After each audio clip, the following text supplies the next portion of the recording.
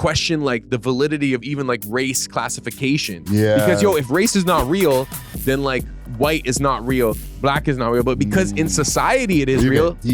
Nah, Race is bro. not real. Hold on. Yeah. That deserves. Race is not real. Race is not real, bro. That might have to be the title. Come on, bro. He's talking about Lil Yachty. Yeah, sure. We know, bro. We know. Anytime they talk about nail polish rappers or whatever, the biggest rapper in the world was wearing nail polish and people taking shots at him multiple times because of this shit. So it could be somebody else, but come on, what are the chances? All these guys that he blessed as turncoats, bro. Like, what the hell, fam? Hey man, some of them want to use you. Some of them want to get used by you. You know what I'm saying? So who's that? The Grinch? Nah. Merry Drakemas, bro. I got a case, bro. Think about that over the holidays. On the first day of trial, my lawyer said to me, bro. We love hip hop. So, bird bath. Let me explain. What is that? So the water's been off in my house. Okay. Okay. And it's going on right now. By the time we're filming this, 24 hours, bro. Which is just shaking it rough. I'm talking about all the water. I was actually in the middle of doing my laundry and I got the first load done, started to do the second load, and all of a sudden, no water. And then I realized the whole water was off in the whole house, the whole complex. Okay. So I get to this morning now because I just sat in the crib.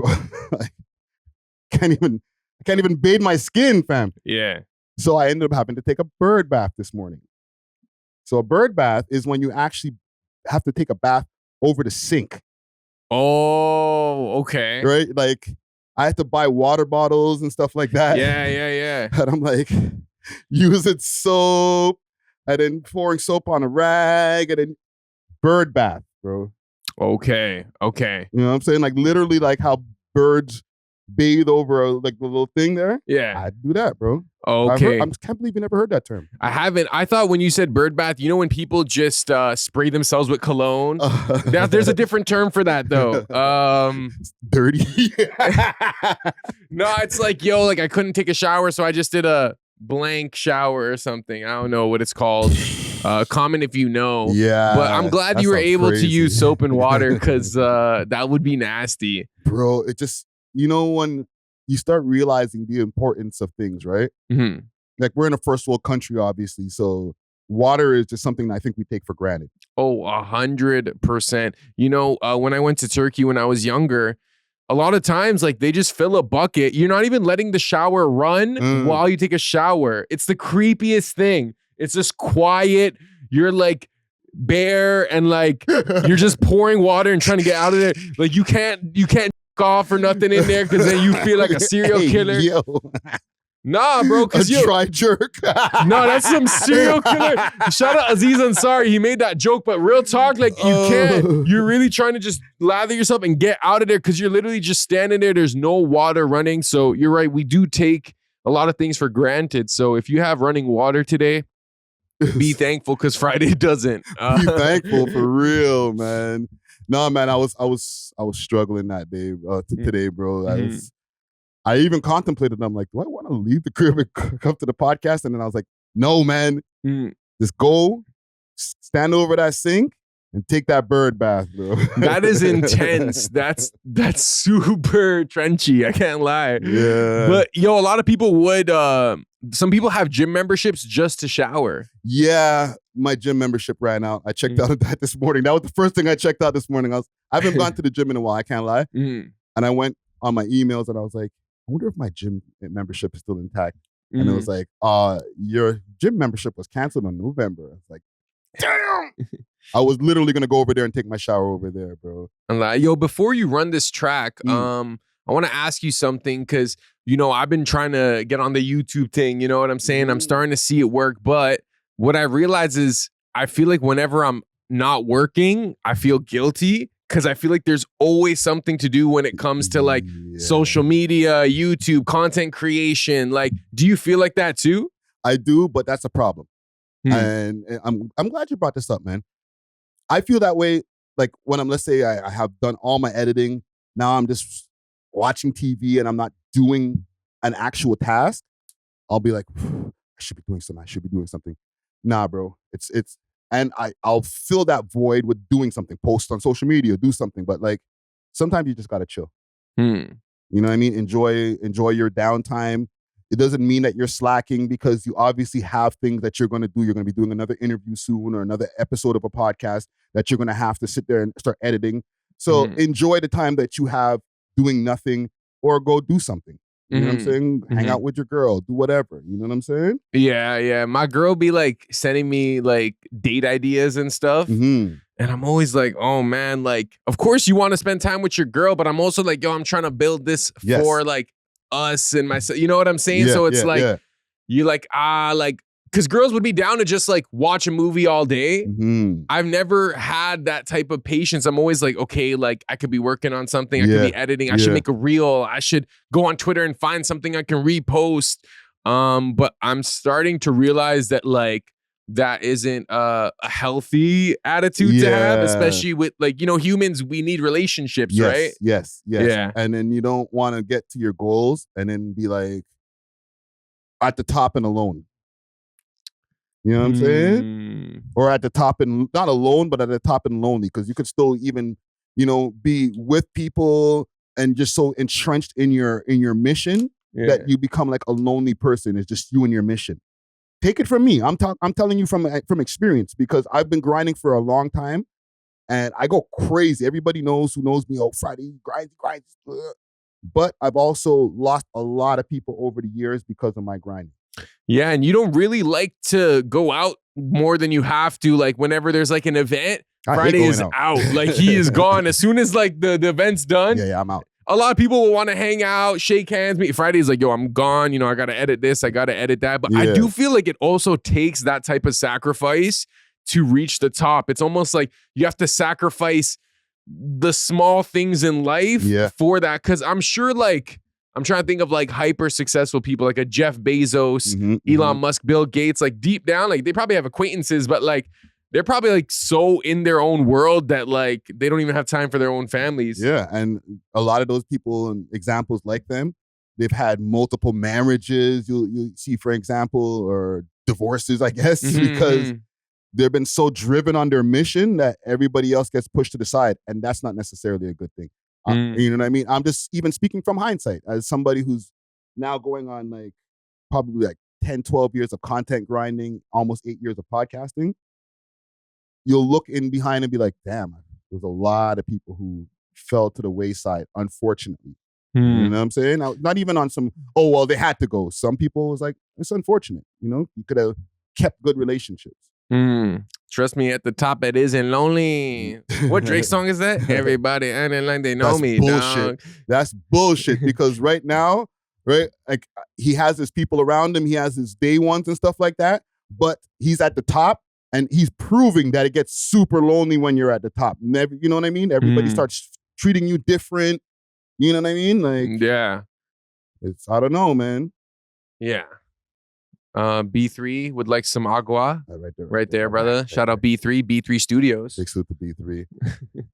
All right, let's get this shit started. I'm gonna start it off something with some Rapsody, actually. Rapsody and who, Friday? We don't gotta wait for Kenny's verse, man.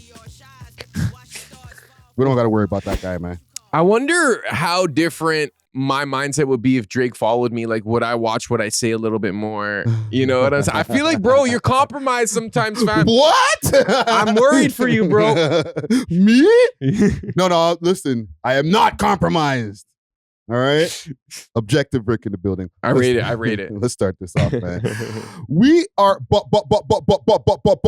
Buck is the world's most smoked out podcast. We love hip hop. I'm your host of the most toast, Friday Ricky Dread, aka non-compromised Rick, aka yeah, man, that's it. Okay. We over here, episode 528, B3 Studios. Big salute to Dusty Wallace. He's out today, but he'll be back next week. But we have interviewer extraordinaire. All right? Yeah. We might have to call him the DJ Vlad of our city without the arrest. I'll accept that. I'll accept that. Right? DJ And wearer of multiple hats, we have DJs are in the motherfucking building. Yes, sir. Yes, let him hear that air horn. Yes, sir. DJs are, aka the Muzzy, aka Young Shawarma, aka Timu Vlad. Timu Vlad in the building. aka Mussolini to some. Mussolini. Bro, Vegas called me Mussolini because he seen the stash, right? So then I Googled Mussolini. That guy did not have a stash when he was up, but it's just like an Italian looking stash, I guess, when you do the twist. AKA mustache. Mustache to a lot of the viewers, white boy as well. White boy. I hear a lot of those comments. White boy don't understand the culture. He don't understand. And I'm like, all right, it's fine. We'll get into it because there's definitely some stuff that we need to talk about today. Yeah. But welcome back. Before we get into it, I want to give a quick salute to the sponsors. I'm just opening up some stuff here so I can make sure I can salute all the sponsors here. Okay. Let's get into our salutes and everything, and then we can get into our topics. Big salute to the sponsors. Big salute to Diamond Club. That's the sign you see right behind me, right over here. They got some of the loudest edibles, pens, tinctures, anything you need. Hit them up on their Instagram page, Diamond Club _Canada. Use the code We Love Hip Hop on your way out, and you can get a discount on anything you need. All right, big salute to Diamond Club. Also, if you want some of that blem, hit up Steamin' Hot Grabber. I got a shaker on the table here. Okay, courtesy of that, so that's the We Love Hip Hop boys on the front over there. Hit them up if you want delivery within the GTA, and they got some of them in the stores up there in the West End over on the Jane Strip. Hit them up on their Instagram page, Steamin' Hot Grabber, and use the code We Love Hip Hop if you want a discount. Also, for all my people out of Ottawa, if you want same-day delivery of some of the piffiest piff, also same-day delivery over here in Toronto, hit up Only Loud. They got a bunch of different legacy blends under their umbrella, as well as their own fire blend. Okay, I think they just got a drop from Astro Pink the other day, and another one from Sixpence. So check that out. Hit them up on their Instagram page, Only Loud Canada. And you can find them. You could also find them on Telegram, onlyloud.ca. Jeez. I got one more right here. I'm gonna be drinking this during the episode here, courtesy of Pink Kush Factory. I got the big boy right here. Massive. Ice Frost Platinum Kush, courtesy of Pink Kush Factory. Let me find the email here. My bad. I should have been a little bit more prepared. It looks like a sports drink. Right? Some Gatorade. You know those massive Powerades mans used to buy? Listen, bro. I would suggest if you're trying to do any sports, I don't know, maybe you might be able to do certain sports, right? Listen, I can drink one of these and go lift some weights, but I'm different, right? But I'm going to read a little write-up they have here. At Pink Kush Factory, we are passionate about creating delicious juice blends that excite your taste buds. Our wide range of flavors, from classic exotic, are carefully crafted to bring you a refreshing experience with every sip. Pink Kush Factory is not just a juice manufacturer. We are a lifestyle brand dedicated to promoting the wellness and vitality. In addition to our juices, we offer a line of trendy apparel for those who want to stay elevated lifestyle, or hashtag stay elevated lifestyle. Discover the perfect fusion of taste and style with Pink Kush Factory. We're going to be at the Danforth on December 7th. I'm there today too. Oh, that's today, right? I'm literally DJing that. Oh, okay. Dope. Yeah. So check them out. Oh, well, that's already passed. Mm-hmm. But on the 14th at Canacraw, okay? Mm-hmm. And they have limited edition collaborations with North Pole dabs dropping, available at your local vendors. Hit them up on their Instagram page, Pink Kush Factory. That's Pink Kush, KXSH, all right? Factory on Instagram, and tell them We Love Hip Hop Boys sent you. You heard me? So, formalities, your week's been good? It's been good, man. Busy. I had a late night gig yesterday, so I'm like, I don't know, when I run on like little sleep, I feel like I'm not fully there, but I got my coffee. But yeah, how about you? How was your week? My week's been interesting, man. I got the interview that I've been looking for a long time.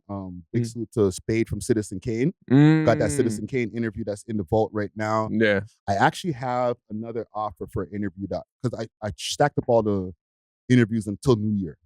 But I might do a couple more, and somebody who hit me up that was involved in a heavy incident the other day. So maybe we'll see if we can get that done before the new year. Okay, let me throw a sound effect on there. Sounding a little bit too mysterious. Jeez. Who are you interviewing? Paul Bernardo? No. Did something the other day. But because I don't like to say who before because it'll jinx it. Mm-hmm. But once it's done, if it's done, when I post it, y'all will be like, a lie. You got to speak to one of these guys? Okay. So look out for that. But enough about us. Now I'm trying to think. Yeah. All right. Yes. There's stuff that's good. That I got a long list. I don't know if you can see all the blue links on the thing. Yeah, there's a lot. Let's get into it. Right? Let's start with this Kendrick Lamar show because we spoke about it, or I spoke about it on live the other day. Yeah. But at the time, and that was for the June 12th show, there was only the one show. And everybody was like, I don't know. We had debates about whether it's going to happen. Big salute to John Jay. He said it's probably not going to happen. Then they announced a second show. Doubling down. You see this post here via the Toronto Blue Jays? I did. The Blue Jays actually put on their Twitter? Is that what it is? Yeah, but that's something that they do with everybody. But why? Like, why wouldn't it just be like the Rogers Center or like, the Scotiabank Arena or whatever? No, it's the Rogers Center. Rogers Center, right? Yeah. So why don't they have their own account? You know what I'm saying? Like, I don't know. Actually, that's a good question. Like, do the Raptors post every single concert at the Scotiabank Arena? I think so. Okay. I don't know. Really, the Toronto Raptors? I know the Blue Jays, and I'm getting this as far as inside information. Right? I know, yeah. The Blue Jays, they post everything, bro. That's fair. At least they're consistent. So right? They post everything. So Taylor Swift posts, everybody get post. Yeah. No, I'm not saying they're like particularly posting this for a reason, but do the Raptors... They're picking a side. Nah, they definitely wouldn't do that. They're just playing all not like us through the stadium just on a regular day. Like the Rogers Center, it seems like all they're posting is Blue Jay stuff. So maybe it's like an exchange. Yeah. Okay, no, what is that? There's a show there. There's a show. These are concerts. Always good time in Canada. Guns N' Roses. Yeah, Guns N' Roses. Right? That's a repost, actually. I just want to know if the Toronto Raptors have different ownership. Aren't they all owned by MLSE, though? I don't know. I'm not criticizing them, though. Whatever. It's just a tweet, you know? They probably just want ticket sales. They chose a side, man. Toronto Blue Jays chose a side. We're watching you, MLB. Okay? We got our eyes on you. When was the last time you watched a baseball game? Yo, probably like 12 years ago, to be honest. Baseball is one of the most boring sports to watch sober. Yeah, you gotta be on something. Yeah. Look at this. What are they? They be posting shit, bro. Okay, I like this though. This is like very modern marketing. Which team do the Blue Jays What the hell am I seeing play here? on opening day, Zach? I'll give you 3. Oh, that's part of the post? My bad. Which team do the Blue Jays play on opening day, Zach? I'll give you 3 questions and then a guess. Go ahead. Do we have a sock team today? Not one of the Sox. Okay, so they're good on social media. I like bro. that. They're giving opportunity to local creators. Yeah, they're hip. Yeah. They ain't trying to be divisive. But okay, what do you think about the second show? What do I think of the second show? Yeah, like, bro, it's obviously showing that he's got love out here. Like, contrary to a lot of people think. There are so many Kendrick fans that even I know. Yeah. And I think even prior to all this, I'm not much of a concert goer per se, but like Kendrick would be one of those artists you'd want to see live because he just like he puts it all on the stage or whatever. But I agreed with what your true captain said on your live, where it's like, bro, the police are gonna be so like on alert that day because they know that there's so many crash outs who are looking for their moment. Yeah. And if there's a moment to crash out and try to like slide for Drizzy or whatever, it's going to be that. So my question is hold on. That where? At the stadium? Outside. Where? Looking for people. They might even just rob mans who have like a Kendrick Lamar merch. Shit like that. Okay. Like dumb stuff. You know what I'm saying? I'm not saying it's right. I'm just saying like there are people who will think like they're like, yo, why are you wearing that Kendrick shirt? Yo, take off that shirt right now or else, like on some like real talk. Crazy, like it's grimy. So at the same time, Kendrick probably has a crazy security team. There's probably going to be law enforcement He's going to be him. escorted by police everywhere, bro. He's a huge star, bro. He is. It's going to be like Taylor Swift where they have like 8 cars and like you don't know which one he's in. They might even have like a dummy Kendrick Lamar lookalike in one of them just in case. But okay, I'm glad you said that because there was a clip of Charlemagne, and I don't know if I can find it here on Twitter, but Charlemagne was saying that Kendrick shouldn't go to Toronto because of the amount of power that Drake has and influence that he even has on the government and stuff like that, right? I don't know about that, man. Like, I know, I'm not trying to doubt that Drake has power. I'm sure he has mad power. But to abuse it, to be like, okay, you know, don't bring Kendrick Lamar down. Like, even though, you know, he has his issues with Kendrick that are huge issues, I don't think he would use his power to be like, don't get this guy into the country. And how did that even work? Like, you tell me, like, what do you think? How did that work? He's going to tell a border guard to not let him get through customs? Like, how did that work? I don't think they're not going to let Kendrick Lamar in the country. As far as I know, I don't think he has a criminal record that would stop him from traveling to Canada. He's been to Canada before, right? Yeah, I went to his last concert. New Ho King, you were at his last concert, front row. And he never went to New Ho King. That's a lie? I heard that floating around that he went to New Ho King. He said it in a song. He mentioned he did some homework and found out about New Ho King, but he never actually went there. Chinese restaurant downtown Toronto. Yeah. You don't think I swear the owner was like, yo, this is what he ordered. No. Drake went to New Ho King. Perhaps, but like, no, he did for that music video, but you think Kendrick just made up that? He just made it up, bro. He just said, I'm gonna be at New Ho King with a shrimp fried rice and a beef something and a blammy crody. He wasn't saying I was at New Ho King. Oh, okay. I heard that a few times. People like that were floating around that, like, he went to New Ho King, and I'm like, he never went there. Man's like, we saw him there, bro. He hasn't been here for mad years, bro. But to speak on, I guess, Drake's influence on letting Kendrick in the country, I don't think it'll get to that, but I definitely think there will be internal attempts, maybe not directly by Drake or his team, but other people maybe to like sabotage his experience in the city. It could be as simple as like unplugging the XLR. Yeah. You know what I'm saying? It could be as simple as, I don't know, like there are going to be staff that are working there who maybe feel away, but at the same time, when there's so much money on the table, bro, people don't care. This is like, realistically, this is between two men. This is between Drake and Kendrick. And Universal. And Universal, I guess. And I don't know, when you mentioned Universal, though, I'm like, maybe that's the time to crash out.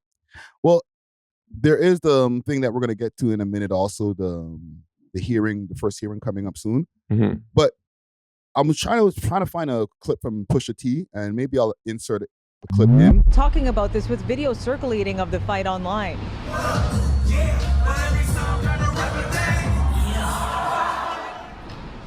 In several right? But there was a clip of Pusha T going around saying that he got banned from coming back to Canada.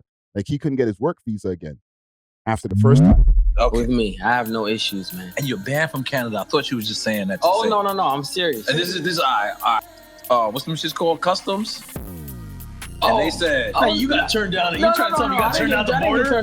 No, I didn't get turned out at the border. Oh, so you filled out for your visa, and they said,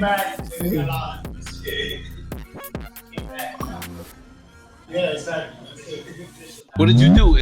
When they had that whole incident where like water was thrown on him and somebody got stabbed and all that, when he tried to get another work visa to come back, he was denied. Okay, but usually when they book these venues and they organize these concerts, they usually have the work visa in place, right? Yeah. So Kendrick is definitely allowed in from that aspect. I'm sure.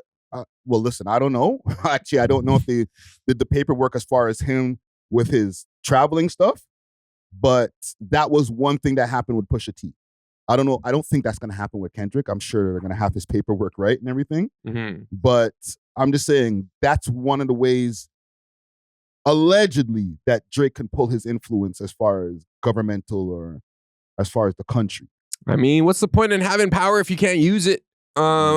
If he really wants to do that, he can do that. My question is, like, is Kendrick going to do any type of press run? Like, when you think about it, like, it is kind of ballsy to, like, diss, like, the top dude in a city and then go to his city and make a bag. Like, that is bold and brave in a sense. It is. Like, you Shout have out to Drake. you have to know that you're gonna be okay. Yeah, and that's how I said it is. Shout out to Drake because he did that in Philly. He performed back to back in Philly. All right, so I guess he can't really hate on it. And one of the things he did when Meek came here is they were playing back to back all through the hotel to the point where he had to go to a whole other hotel and shit like that. You know what I'm saying? Like it was like playing above him in the room above him, like his city. Here in Toronto. This was in a Toronto, thing. Yeah. You know what I'm saying? That was in Philly, yeah. And then he went to Philly and he performed back to back, talked shit about him on stage over there. So what's good for the goose? And listen, just me being objective again. What's good for the goose is what's good for the gander because you terrorized the hell out of Meek at that time. That's true. You weren't calling him a PDF file and stuff like that, but he put Meek under so much pressure that he hasn't gotten up since. He had to bring him back up like, okay, buddy, do a song with me. Let me help you back up. What do you think are the odds, let's say like 0 to 100, that Kendrick brings out Drake? 0. I know, even when I said that question, I'm like 0. But will Drake be in attendance? 100%. You think he's gonna be at the concert as a viewer, in the audience? 100. Actually, maybe not because he might be in Australia by that point. No. My bad. That's February. He'll be back because the Australian tour is in the wintertime, in like around the time of the Super Bowl. Right? It's a 1-month tour. By that time, it's going to be June. He will be right there in a box seat, getting a moment, people filming him with their phones, and then me reposting it on Instagram. And then us reacting to it the next couple of days after. Like, yo, Drake was at the Kendrick concert. He did it last time.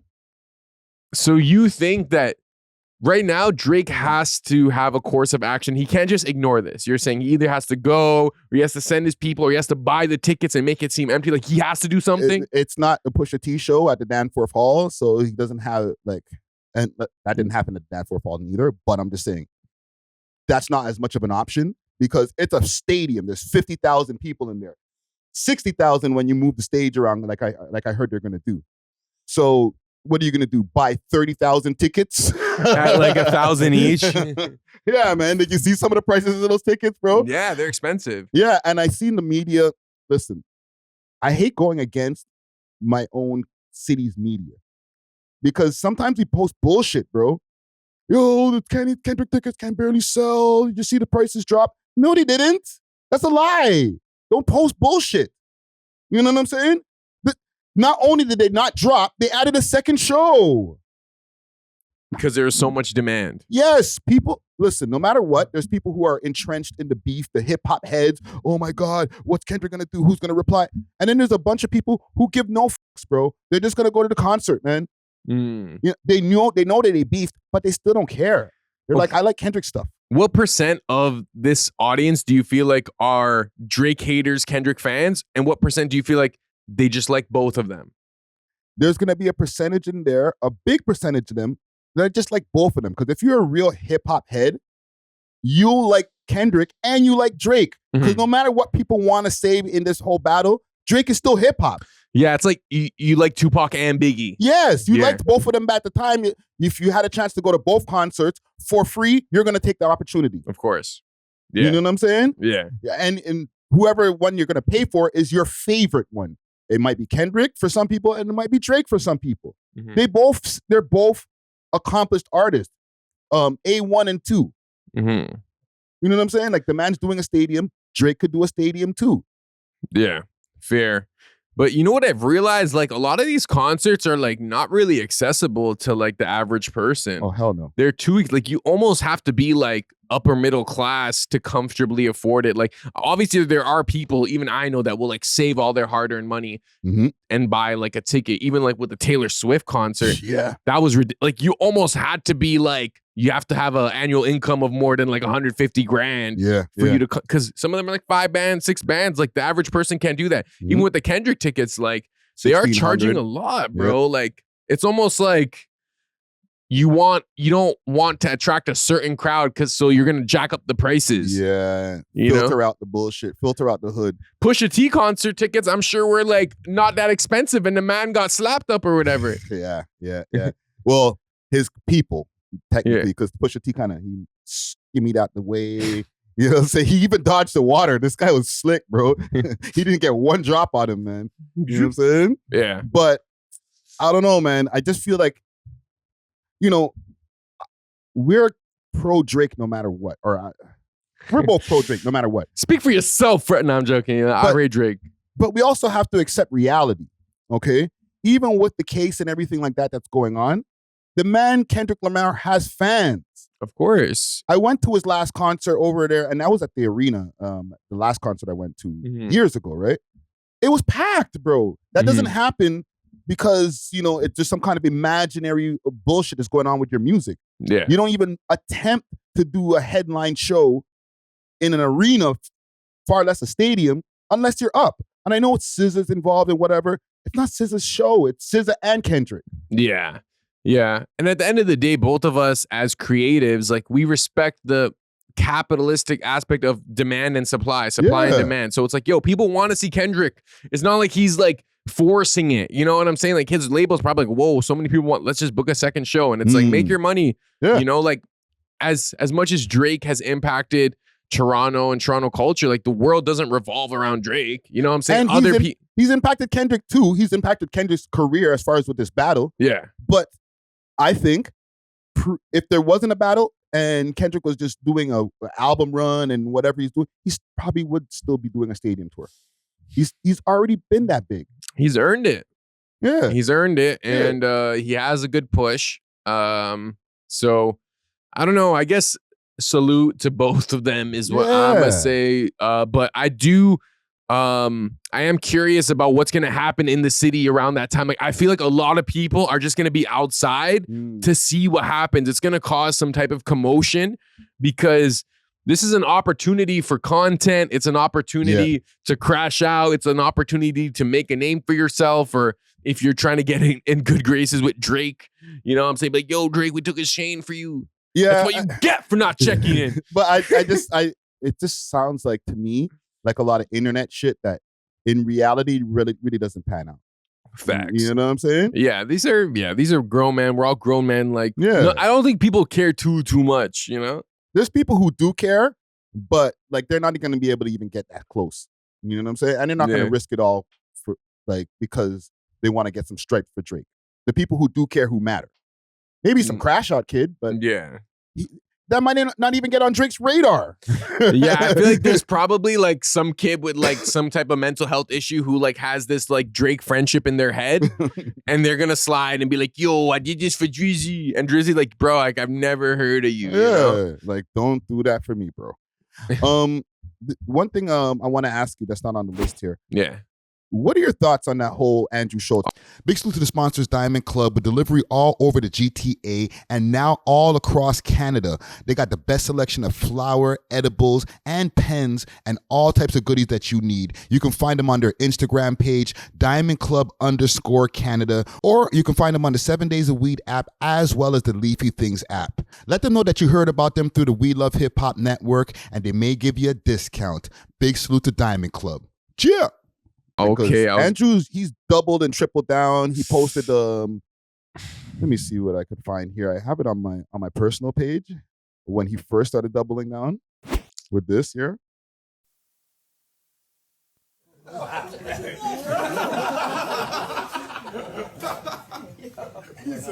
You know, Mike didn't know that was a grown man.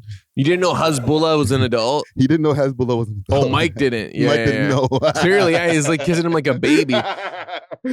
He found out after in the interview when it continues. He's like, "Oh, that's a grown man." But that was Andrew Schulz posting Hezbollah boxing. I guess Andrew Schulz is supposed to be Tyson, and Hezbollah is Kendrick Lamar. Right? I feel like this is tough because I understand Andrew Schulz is a comedian. I respect him as a comedian, but he's almost digging his own grave because the manner in which he's discussing it with like, yo, I would make love to this guy you know what I'm saying? Like I could take him into prison and I could, you know, R-word, whatever. It's just like, you're not helping your case.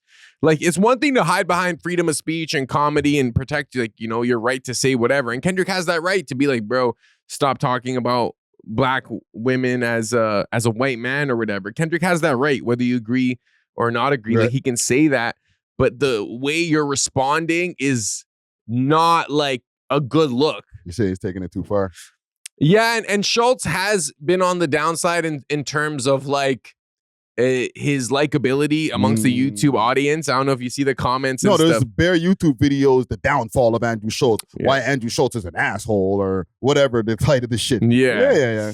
I see those. So I don't know, man. Like I feel like even when Ice Cube's son responded, and then he's like, yo, listen to No Vaseline. It's just like, it's different. You know what I'm saying? Like, even the Meek Mill response, like they're making good points where it's like, bro, like, why'd you even have to take it there? You know what I'm saying? Like, I feel like there were funnier ways to address it, but to be like, bro, like, you gotta play the clip. Yeah. Like, play the clip because I don't want to misquote him. Yeah, but okay, and I'll play the clip, but I actually don't agree. And it's crazy that you're saying that, and you're the white guy, It is kind of funny, and I'm the but black guy who's like, I'm like, go. I might not. Actually, I found this shit funny. Like, first of all, Kendrick's people and the gang affiliate, everybody, his security, they will kill me. They will destroy me. They'll find me in the street and cut me up. They'll shoot me. They'll do whatever. I'm not a tough guy. Y'all do. But just Kendrick, I would make love to him, and there's nothing he could do about it.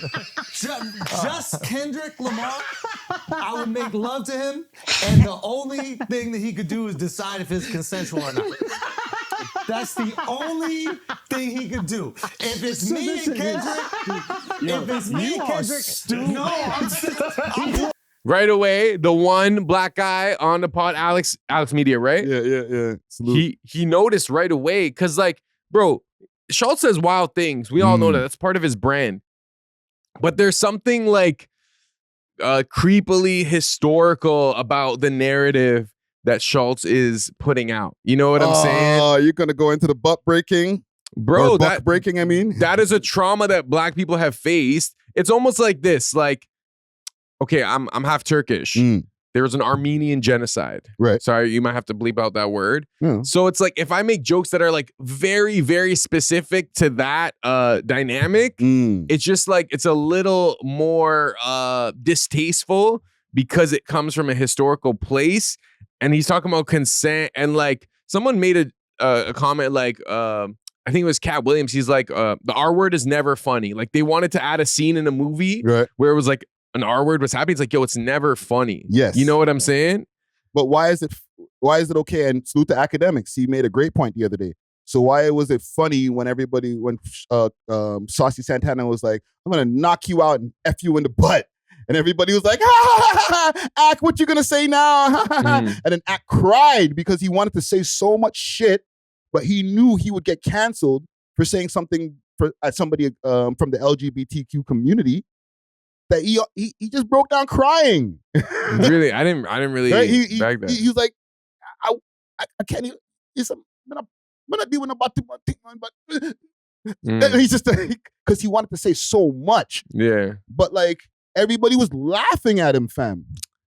Yeah, even Mike Tyson at one point he's like, I'm gonna F you and make you love me. And then, so I don't know, like obviously, like, and not only that, the Booty Goons, Ray J, Fabulous, yo, I'm gonna come over there with the Booty Goons, do you jail style.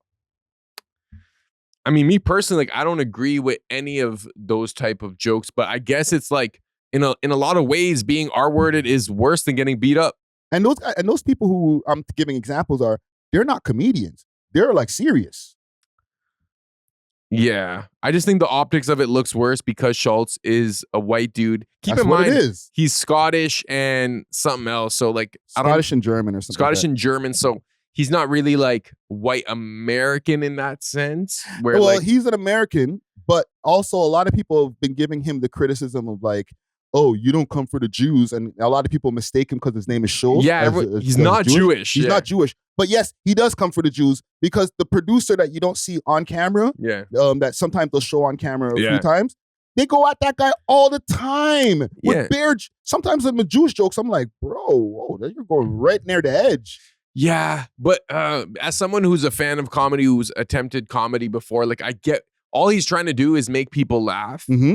You know, so the intention is good, but it's kind of like at what cost? Like, you're making yourself seem unaware of, I guess, the relationship between that with black people in America. Yes. And other places. But also, do you watch Flagrant? Yeah. You've probably heard him make fun of black people, Indian people, Everyone. multiple times. Yeah. It's just normally, and white people. Yeah, but honestly, the audience will normally determine what's good and what's not, you know? So Yeah. I just feel like those ones people allow. But I feel like with this, because it's in response to Kendrick saying something that isn't really a bad thing to say, like, yo, like letting Don't let no white comedians talk about no black women, that's law. Yeah. And I do think his point is I could talk about anyone. That's just how I am. Yeah. So he should have just stuck with that angle, but because he was like, bro, one-on-one, I would make love to you, and it's either you would just have to wonder if it's consensual or not. It's like you're kind of it's kind of like when we did that wave room, when you do that wave room roast, and the guy was like, I've never hated a black person so much. Yeah. And it was like, you know, like if he could have said something different and had the same effect or whatever, but I just think the audience will let you know. And even Alex Media is like, bro, like right away, yeah, he didn't really allow it because he understands how the black community is going to perceive that. And a lot of Andrew Schulz's success is from black people rocking with him. Not just that. Obviously, he's a talented comedian. He's a hard worker. But a lot of the people who found out about him is through Brilliant Idiots with him sitting next to Charlamagne. Yeah. And I'm not going to give all the credit of his career to black people either, but it's kind of like that gave him a pass to where like he was able to be really run rampant and free. Yeah. And it's just like, you don't understand what that joke means on a historic, like spiritual level, you know? Maybe. And I hate doing this because last time I spoke about him, the ratio of dislike that I got on the clip, bro, is crazy. I think they think I'm a super coon. But like I've been listening to Andrew Schulz for like the last 10 years. Yeah. Through Brilliant Idiots and now through Flagrant and, you know, other forms of media. And he seems pretty on par. He's had issues before with some black jokes where it was getting a little bit close to the edge on Brilliant Idiots. And it's always been like they've had to remind people like, yo, because people didn't know before, yo, he's a comedian. You know what I'm saying? He's had conversations that got kind of, you know, people were getting offended because they weren't even completely aware of him at the time. Yes, but I think what a lot of comedians misconstrue is that they hide behind the guise of I'm a comedian, so you shouldn't get mad at me. But it's like, that's true too. You're saying something, so people are either going to like it or dislike it, and they have the right to do both. I personally enjoy Andrew Schulz's comedy. I think he's honestly a comedic genius. Some of his jokes, like to this day, I'm like, these are some of the best jokes I've ever heard. Yeah. But like, you have to understand when you say stuff, even if it's in the realm of, this is comedy, this is material, I'm just making a joke. It's like, well, people are going to react to that. And this is the reaction that you got. Whether you agree with the reaction, you can either fight it and be like, yo, bro, people don't get it, man. Yo, listen to No Vaseline. Oh, Meek Mill, remember when you said this? Like, he's kind of misdirect. He's deflecting. He's deflecting instead of taking accountability. And I think because he doubled down, this could be a kind of slippery slope, because if a lot of black people start to be like, you know what, Andrew Schulz, we rated him before, but I don't know, that our joke is just like, it kind of lost me. You know, if people start to do that, that can be problematic. Do I think it's going to affect his bottom line? No. He's still a very successful comedian.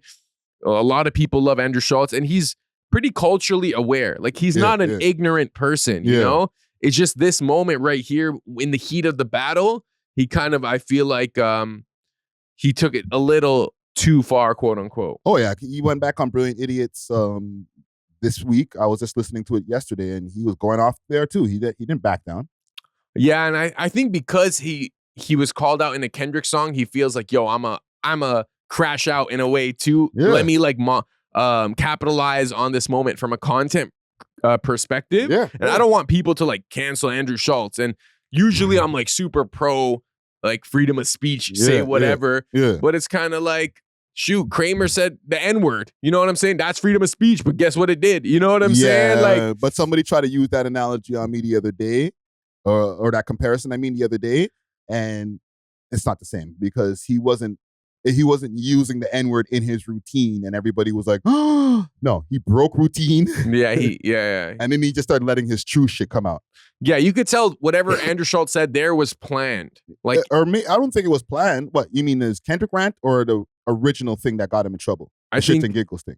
I think the one-on-one, like, I think he was like, okay, I'm gonna talk about how Kendrick's camp could beat me up, but one-on-one, I would make love to him. Yeah. He sat at home and he thought out that bit. Yeah, and I don't know, I'm sure maybe in an underground stand-up comedy club that would have hit super hard. Maybe even some black people would have laughed, but I think because it's on the internet and it can be taken out of context and recycled and people can just take that clip and circulate it, it's like you also have to take accountability if you're Andrew Schulz for saying things that maybe people didn't like, Yeah, it's and I've heard Charlamagne say this multiple times. You have the freedom to say anything you want, but then people have the freedom to react however they want. Exactly. But what do you think is the future for Andrew Schulz? Do you think this is just going to be like swept under the rug? No, I think this is just going to help him catapult him even more. There's people who might have not known about him and that's really hard because like he's very popular, but there's going to be a few people who didn't know about him who are like, hey, let me go check out his stand-up. Let me go check out the ones that are already out and see if I actually find him funny or not. And if they find him funny, then he's gaining a new fan. Yeah, I want to branch off from what you're saying because what I'm realizing now is that like I think early on there was open racism and then there was closeted racism. Yes. But now I feel like open racism is making a comeback. It's back. You know what I'm saying? Like, I don't know. I be seeing YouTube comments and stuff. Obviously, early internet days, like it was out there too. But then there was like that woke wave where it was like, I guess open racists didn't feel comfortable expressing. But now I feel like I've been hearing it more from like non-black people or whatever. It's that MAGA. Yeah, and then so like a lot of open racists will double down on their support for Andrew Schulz. Like, you know what? I'm gonna buy one of his shirts. Yeah. That's how much I don't care about what he said. Yeah, those white supreme room. I don't want to say the word for YouTube, but those rooms on Twitter, they're probably buying tickets for friends. Like, yo, did you hear our boy Andrew? Right? And this is probably not the audience that Andrew wants neither. He's like, no, I don't want you guys. Like, I want the people who are open-minded, not the closed-minded people. Yeah, I think Andrew Schulz is he likes to perform for diverse crowds because he has a lot of material. He performs all over the world. Exactly. So, but I do think like that black audience that isn't woke, quote unquote, in that like modern sense, like they're down for the controversy. That's probably what he wants to keep. You know what I'm saying? But if you lose those guys, I don't think he's gonna lose them. The people who like jokes, either. Like myself, right? Like I'm showing you something right here. This is him in Palestine. Worry about. You got nothing to worry about. The lesbians done took over the Palestine protests. Actually, no, this is not it. It's right here. All right, obviously we went and saw the Burj Khalifa, unbelievable. But I heard that when it was built, it wasn't connected to the sewage system. They have like these poop trucks that have to take the sewage out. And that's why you shit on a hooker's chest. So, Khanati, take that with you, please. Khanati. Take that with you, Khanati, please. Like, he's talking to them about shitting on hooker's chest, and there's bare guys in the audience cracking up. But that is a phenomena that happens semi-openly there, but like he made fun of the LGBT, everything over there. He's like, y'all turning into a bunch of lesbians and shit in one clip I saw. But do you think that's the same as like directly telling someone who is bro, you can get killed over there for that type of talk. They allow him, bro. They're paying him a lot of money to be there. They're trying to open their door. Fun of them. Yeah, but they're trying to open their doors to the West. So this is like a part of their strategy. This is like intentional. Like this would not have happened like maybe 20 years ago, but because they're trying to modernize and appear more secular, that's why they're doing all these like fights. They're throwing money that people have never seen in their life because they're trying to. It's called like something. Diplomacy, like soft diplomacy, whatever, where it's like they host sporting events and stuff to kind of shadow their traditionalism, disregard for human rights. They still have slaves in those places. They have people who cannot escape, who cannot leave that country. The employers take their passports. Slaves die there. Like, so in order to kind of like throw that under the rug, we're going to set up Tyson Fury versus this guy, and it's going to be the biggest event, and then we're going to have the biggest celebrities. We're going to pay every celebrity to come and enjoy our culture. We're going to show them a good time. And then now people like us, we're watching, we're like, man, they're UAE cool, seems, wow, Qatar, wow. You know what I'm nice saying? Guys. They're, whoa, I would love to go there, you know, but.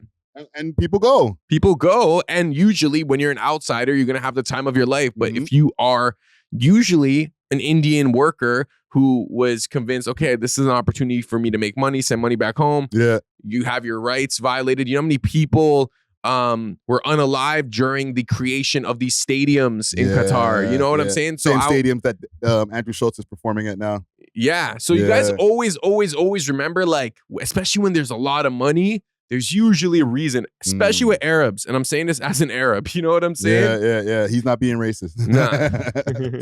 Well, listen, man, I just wanted to get your thoughts on the Andrew Schulz thing, man, because, like, you know, as a white presenting gentleman, you know what I'm saying? Like, yeah. You could say I'm white. I've been, you know, this is an interesting convo. Sorry, I don't want to backtrack, but that clip we collabed on, Are Somalis Black? That's going dumb. Do you see all the comments and stuff? Yeah. What'd you think of that? I think it's kind of, let me see. What do I think about that? Because I've seen a lot of people saying yes, and then a lot of people saying no at the same time. And I've seen some people in the comments saying, well, you know, tell that to the police, right? But I do think Somalis are Black, but I don't think all Somalis know that. Like the older Somalis, they'll conveniently say they're not Black when it comes to other types of Black stereotypes. Like cultural stereotypes. Yeah. Right? But then the younger ones, the generation that are around us and stuff like that, they're like, nah, we Black. Yeah. You know what I'm saying? Yeah. Hence the nigga pass. Yeah. You know what I'm saying? Yeah. Like, and they're part of hip hop culture and everything. Like, so I don't think that they don't think that they're Black, but their parents or their grandparents might think different. Okay, that's fair. And what I noticed, and it was interesting, there's this Hebrew Israelite group, ISUPK, they reposted it. Because I think a lot of what they're trying to portray is that, like, Black people, you're not Black. That's not even like a ethnic identity. Black is a color. It's a shade. Black. Like when you think about race, Black, white, what is it? Yellow, brown, red. You know, because those are colors. Yeah. Traditionally, it's always been by tribe, by ethnicity. Oh, I'm from the Bantu tribe. I'm from the Levant. You know what I'm saying? Like there's different tribes. And I think Somalis are aware of that because they were kind of further away from colonization or not as directly affected by it as like Caribbean people or North American so-called Blacks. That's really the term that we should be using. And I think what I liked about it, because people are like, why are you asking that? Somalis are Black. Why are you trying to, like, let's focus on something else? Let me play the clip so people can get some context. Black. Yeah, they say they're not Black. Right? Some of them, yeah. Somalis are not Black. There's a difference between African and Black. They're delusional. That's what it is. It's just delusion. Listen, back home, nobody wants to be Black. They don't want to be Black. That's just how they are. They think, I don't know, what are you then if you're not Black? Because there's only a few things you could be. Asian, white, and it's only like the people from back home. Their argument is that, like, when people say Black, they usually refer to like African American or like Caribbean. Yeah, that's why, but that's the thing. They just don't want to be Jamaican. Like, they hate Caribbean. There's a beef there. There definitely is a beef. Yeah, and yo, shout out May Millions. A lot of people are asking me who that is. That's May Millions. She's a Toronto artist. Shout out to her. We did a great interview. Yeah, that did well, man. I think the racism aspect, because I guess we've legitimized race in legal systems. Yes. That's when it starts to be adapted as, okay, well, I guess I'm Black because that is what was ascribed to me, right? Yeah. And she made a great point also with what the people back home think. Or the people who are the older generation, like I was talking about, they're not thinking Black just as a diaspora. Yeah. They're thinking Black as it's classified as Black Americans or Jamaicans. Yeah. And they're like, we're not them. Because there's supposed to be something wrong with that for some reason. But they're like, they're not them. And I guess what the wrong things are what's been put in front of them, the stereotypes, right? So we're like, those people are very quick to be like, we're not black, because that's what black is a representation of for them. Rather than black just being a diaspora, like we're all a darkly melanated people. And, you know, for most intensive purposes, the term people will call us is black. Yes. Yeah.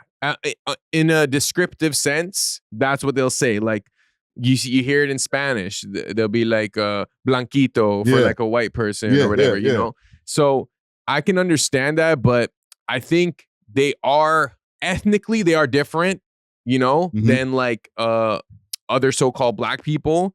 I don't think all black people are quote unquote the same.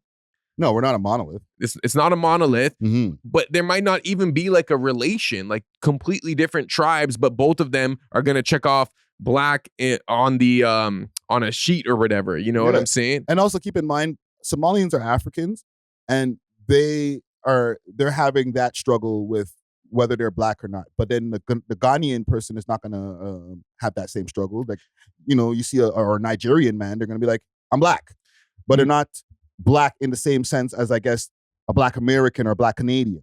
Yes, I feel like because they might be closer to the situation, because let's be real, most of those who went to the Caribbean were from West Africa. They have the same genetic makeup as someone from Ghana, from Nigeria, from these certain areas. So they might feel a closer relationship. But whenever we hear about like black music, black culture, it's usually African American, quote unquote. And even that term, it's like, yo, like, when were they in Africa? They're neither African nor American. Like, these are all imagined identities, right? So I think it urges people to kind of look deeper in terms of what makes someone an identity, because a lot of people, like, especially so-called white people or so-called Asians or whatever, like, they know exactly what type of Chinese they are. They know exactly what type. Oh, it's like, I'm Bosnian, but I'm from here, or I'm Turkish, but originally, you know what I'm saying? And that allows them to operate in a different way. Whereas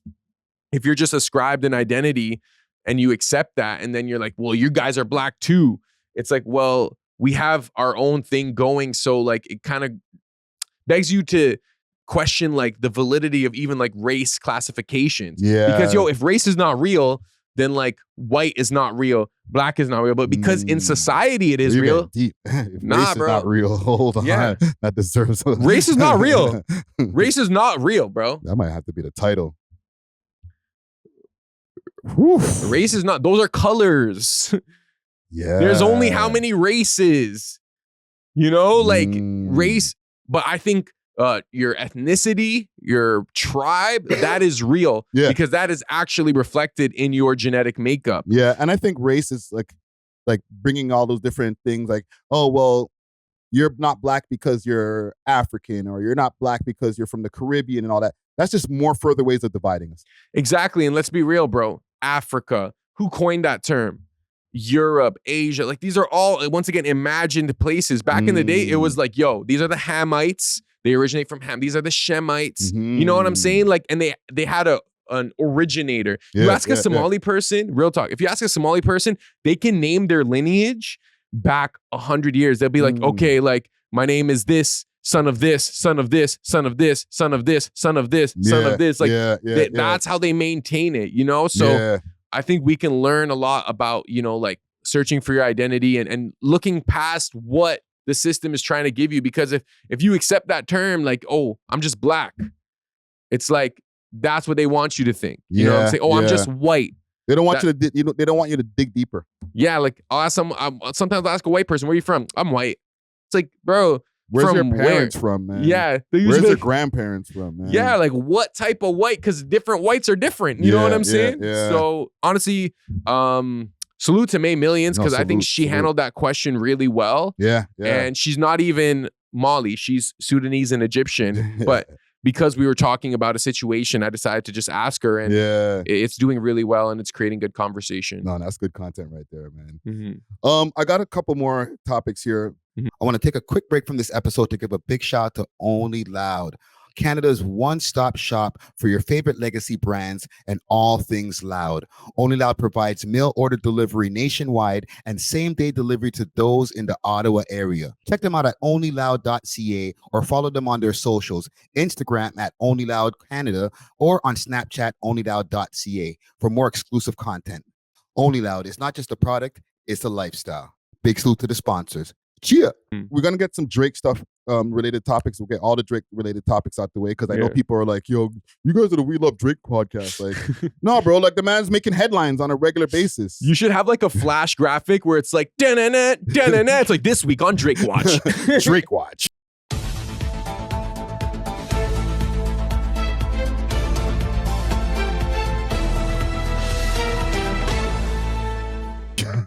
Yeah, I'm gonna make one of those. So, Lil Baby diss Drake, and this is from his song Touchdown. Is this directly at Drake or any rapper that wears nail polish? Oh, come on, don't do that. The lyric says, "Real gangsters, I ain't rocking no nail polish." No. No. I guess that's the ad lib is no. But come on, bro. He's talking about Lil Yachty. Yeah, sure. We know, bro. We know. Anytime they talk about nail polish rappers or whatever, the biggest rapper in the world was wearing nail polish and people taking shots at him multiple times because of this shit. So it could be somebody else, but come on. What are the chances? I mean, there are a lot. Bro, Young Thug wore a whole dress. Talk about it, bro. No, like there's an album cover with this man in a dress. Of Yves Saint Laurent dress. These are women dresses. Oh, man, I feel like I'm just in my white Umar Johnson bag, Dr. Umar Johnson bag, because I'm like, they're trying to emasculate the black man. No, but it's true what you're saying. Oh, hold on, I got a gun. Hold on.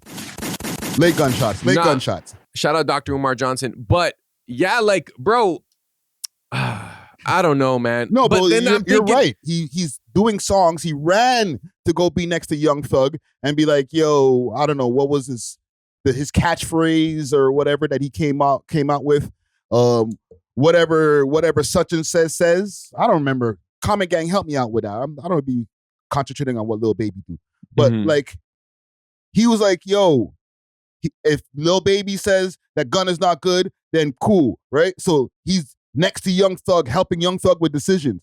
Young Thug, the same guy who started a dress wave, but he wasn't the only one. There was people going viral. Remember there was Rocky was doing it. Jaden Smith. There was a guy who did a video wearing a wedding dress with a bunch of machine guns, and then he had like the girl putting the machine gun in his mouth when he was on his knees. Like people were making like viral meme type shit off of Young Thug starting this dress wave. That's your man's. Yeah, but okay, my argument is that, okay, I can agree that most likely like no quote unquote gangsters be rocking nail polish, but I'm sure there are a 1-2 like gangsters that are on, you know, that side of the spectrum or whatever. Yeah, but then that would mean that you're trying to say that the guys who are wearing nail polish that are some gangsters have to be on that side of the spectrum. And listen, I'm not here to be a nail polish defender, okay? Because I know people are going to be like, the glaze is crazy. He found a way to defend nail polish. I'm not defending it. I don't like it neither. But it's the young people wave that was going on, and these young people were heterosexual wearing the shit.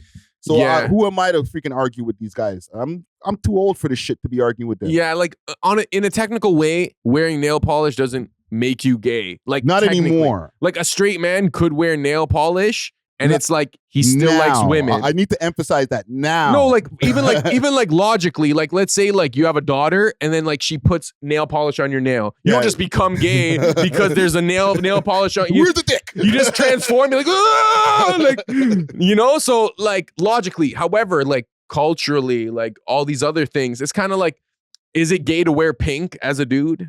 Okay, here's how I'm going to defend nail polish. I'm not defending it either, by the way. No, but here's how I'm going to defend it.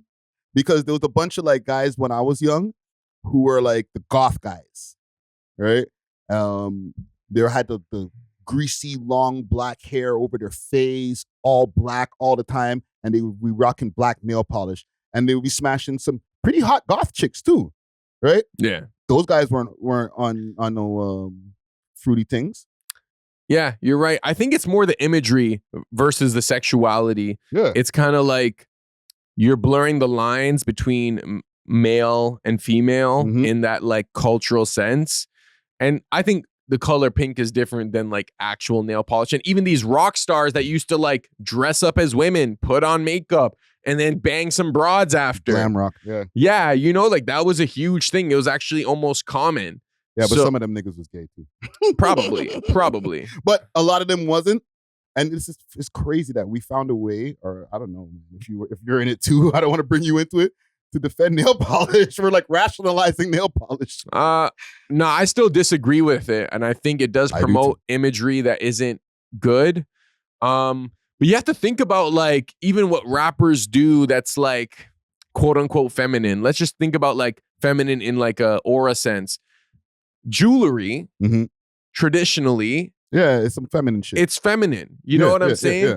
You like a lot of the stuff that makes men attractive to women is technically feminine in like a strict biological sense. You know what I'm saying? Yeah, by old school standards, let's say, like the 60s and shit like that. Yeah. Guys weren't wearing 12 chains. A woman might wear like 4 or 5 sets of pearls on her neck. Yeah. And that was ladylike. Yeah. And now it's like if a guy wears it, the girls are like into it. Cause I feel like there's a certain level of femininity that I think women want, but I still think they want like a more masculine male usually. Yeah. You know, and I don't know if that's a result of like women in the workforce and modern feminism, etc. But the nail polish stuff, I don't know. Israel Adesanya wears nail polish. He gets his nails done. Obviously, this guy's a fighter, so his hands are probably mosh up. So maybe it's like a way for him to make his hands look. Make himself feel pretty. But he does design. That's what I'm saying. It's like pretty. It's like, you know what I'm trying to say? Like I've used to go to the nail salon and stuff like that, especially when I was young and I started dealing with certain chicks. They were like, yo, it's not feminine to go to a nail salon. You don't have to get nail polish. So I'd go to the nail salon. I'd even get the clear shit sometimes. You know what I'm saying? And shellac. Get it buffed and stuff. You know what I'm saying? But like, you know, to make my hands look clean. Yeah. But getting like, I wouldn't be like, yo, give me that that blue would look good with my what I'm wearing right now. Yeah, that's a little too much. But then it's kind of draws the question, like, if these guys are starting to wear nail polish and dresses after I can understand if they made it already. Hold on. I don't want to interrupt you because we went so far off where the conversation is. Yeah. Why is this guy dissing Drake? Why? Isn't he supposed to be Drake's friend? Don't they have tunes together? No friends in the industry. Really? Because like I didn't hear him take a side during this whole thing. We never heard from who Lil Baby was supporting. He wasn't playing Not Like Us. I don't even think that's his type of shit. Yeah. You know what I'm saying? And he never said, yo, F Drake.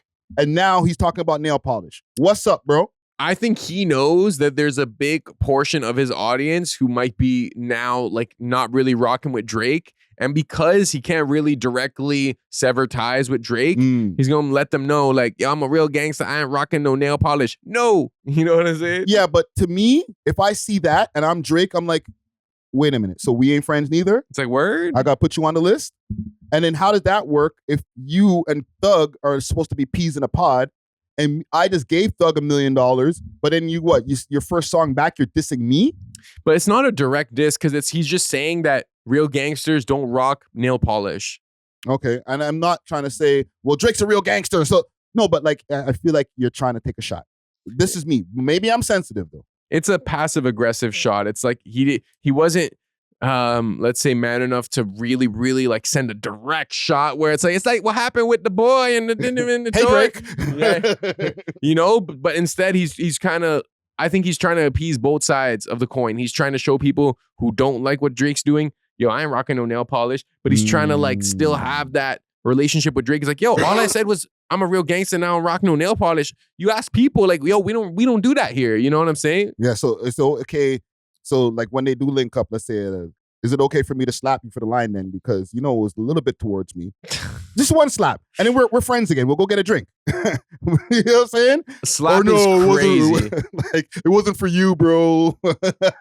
Come on, man. Like I hate that shit. Like put a bullet on the name, then, bro. You know what I'm saying? We don't like, what was the line? What did he say? Real gangsters ain't rock no nail polish. Real gangsters like me don't rock no nail polish like Drake. No. Say it with your chest, nigga. That would have burned a bridge. You know what I'm saying? You gotta You're a tiptoeing ass nigga. Yeah, he's tiptoeing. I think he's half stepping a little bit. Yeah. Because I feel like there is still this overlying, I don't want to say fear of Drake, but like people still want to be in his good graces because they know how much like social stock he has. And bro, like, I don't know about you, but me personally, like I learned about Lil Baby like from Drake. Like that's when he was like more booming to me. Like I heard about him, but that's when people start taking him a little more seriously is once you get that Drake feature. It's funny you mentioned that, right? Yeah. That keeps on happening. All these guys that he blessed, and here comes the Drake glaze, okay? Pause. Right? All these guys that he blessed as turncoats, bro. Like, what the hell, fam? Hey man, some of them want to use you. Some of them want to get used by you. You know what I'm saying? So, bro, Eurythmics said it best. Yeah, bro. Damn, man. There is no friends in the industry, man. There I should have isn't. introed with that shit, man. Okay, speaking of Drake.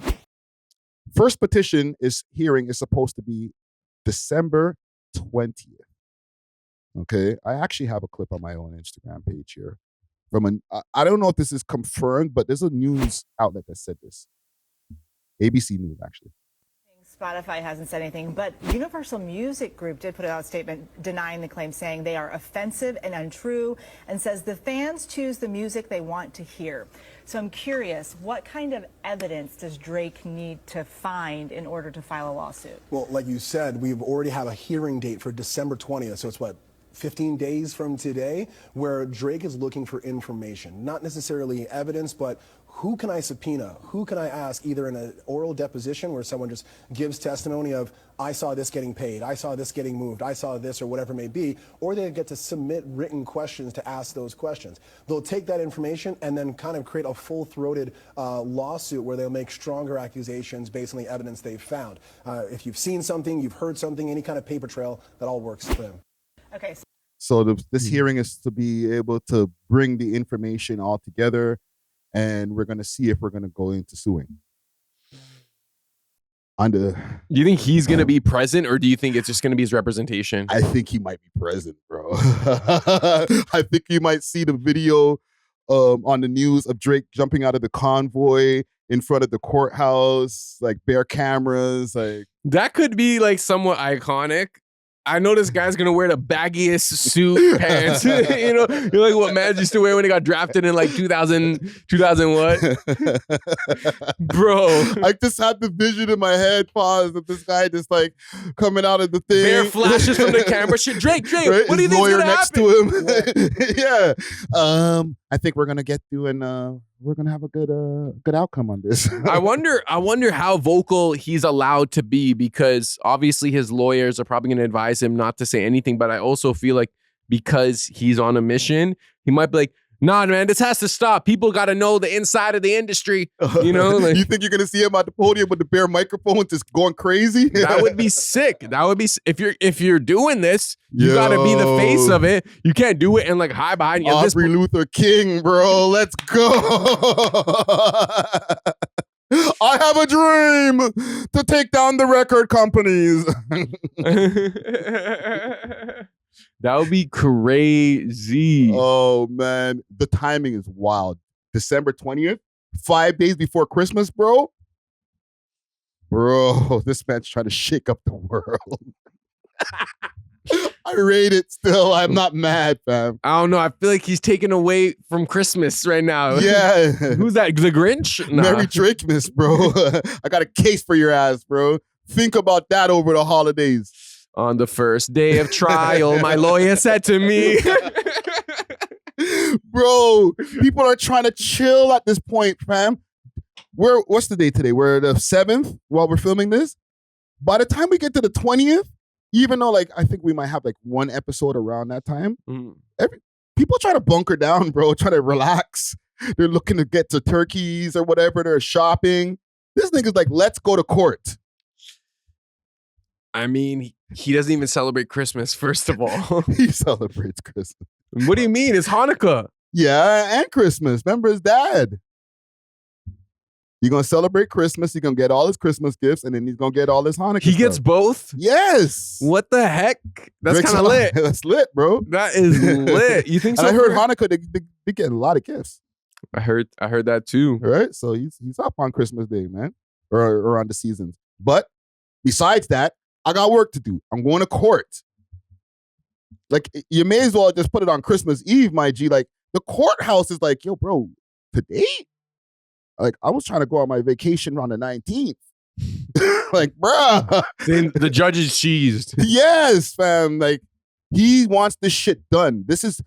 I'm saying all that to say, this is important. I want this shit done. I don't care what day it is. I don't care if you have to do this on New Year's Eve. You guys have been doing some foul play. Because December 20th, he means business, bro. I mean, did he pick that day, though? Like, I'm sure it was assigned. Assigned or not, bro? All right. You could be like, you know what? That's a little bit too close to Christmas. Maybe we can try it on a different day. No. You know? Yeah. No. December 20th. They could have been like, yo, let's do it January 12th or January 5th. No. December 20th. I want y'all to think about this shit over the holidays. Are we gonna go to war or not? Because this is what the case is, right? The hearing is. We're bringing in all the information. I want you guys to bring your information, and we can see if we're gonna go to war or not. Yeah, I mean, it just seems like UMG has like essentially what seems like infinite resources at disposal when it comes to like lawyers, money, time, connections. So I don't know. They could drag this out. I don't think like this could take years. You know what I'm saying? And in those years, who knows what type of campaigns they're going to run on Drake from like a PR perspective. Like, you know, like things could get bad, bro. Like, and then that'll ruin the case. Cause they'll be like, okay, we're going to regroup in 6 months. In those 6 months, they could launch defamation campaigns. Yeah. And now his credibility in court is going to be questioned. It's like, we don't even care about the UMG stuff because now you're facing some like other type of issues. So unless like, you know. And that's just that. That's just the in-court litigation types of dirt that they can throw at each other. I'm saying to Drake, right, if he sees this, bro, tread lightly with these guys. It's already too late. Nah, bro. It's too late. They're going to try to make him, they're going to make him crash in a society's view. You know what I'm saying? In socially. Yes. That's what I'm trying to say, right? Yeah. You're accusing us already, and I'm saying us as like if I was the industry, the record company, accusing us already is no. Now watch what we do to you. And we discussed this before, right? Yeah. I don't want to put it on him, but the way that they deal with people dirty when you're trying to expose them, they'll put a smear campaign on this guy, and I don't want this to happen. But if we start seeing it happen, it's because of this lawsuit. Yes. Even without the lawsuit even happening, the fact that you accused us at all publicly and made us look crazy, watch what we do to you, boy. Yeah, you don't know how much dirt we got. Or not have, that we're going to actually start putting on you, and now like you start spiraling into public on a bunch of untrue shit. Yeah, like look what he did to Michael, bro. Like he had to die before the kids were like, nah, he ain't touched me. Michael, yes, but still questionable in my opinion. But it's still questionable, but yeah. It's also questionable whether it's true or not, because it's become questionable because the media made it so. You're right. But then even it's like, you have to apply that same logic to Diddy. Diddy, it seems like everyone's convinced was doing that. Dr. Umar Johnson actually said, yo, Bill Cosby, who like everyone kind of demonized, Diddy, even the things that appear to be true, it's bigger than that, you know? Yeah. And there might be some things that are true about Diddy, and he's going to go down for some things, but who knows how many things we've seen that are like, come on, bruh, that ain't true. You know what I'm saying? Yeah. You guys are just adding extra sauce. But it makes him look so crazy, and he's such the pariah right now that it's like, that could be anybody. Just insert anybody who goes up against the industry. Yes, but my advice to Drake, if you're watching, First of all, I hope all is well. Follow me on Instagram, DJsRTV or Burrow Sound TV. But what I will say is everyone has their hero journey. And if you are willing to jeopardize all your worldly fortunes and achievements to prove a point, I feel like you should double down. Even if it leads to you having nothing, I think that'll create a bigger legacy. And if you can be that one guy to break the system, then you will be celebrated for history. You know what I'm saying? Like, bro, he took down the labels. Now, the labels stopped existing because after he won his lawsuit, every single artist was using the precedent to sue. Now it's like independently run. It's run by the artist. So there is potential here. There have been stories of like historical figures that were rich and gave up their riches to fulfill another purpose. Yeah. You know? So you think Drake wants to do that? I think he's willing to do that because he has to be, because they'll take him down, bro. Exactly. So it's like he's obviously aware of the downside, and then he's probably aware of the upside. And I don't think he would do it just on some pettiness of like losing. You know, I think there's something deeper that he's trying to prove.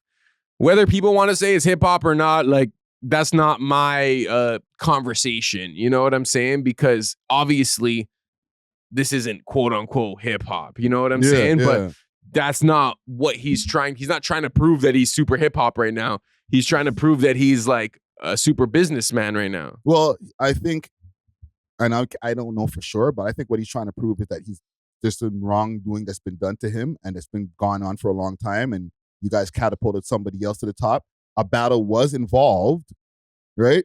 But you guys are playing unfair baseball, even if they were playing it with him at one point too. Pause. You know what I'm saying? Now it's just like you guys really went extra dirty, and he's willing to get exposed. But we discussed that part already, right?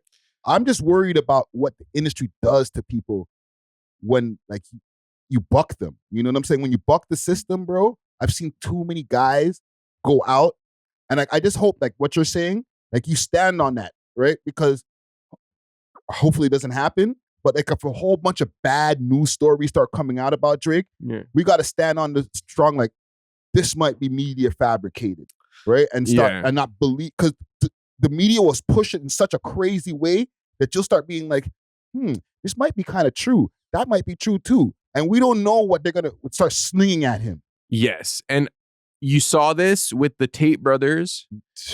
So you asked what the system or the machine, what it does to people it doesn't like.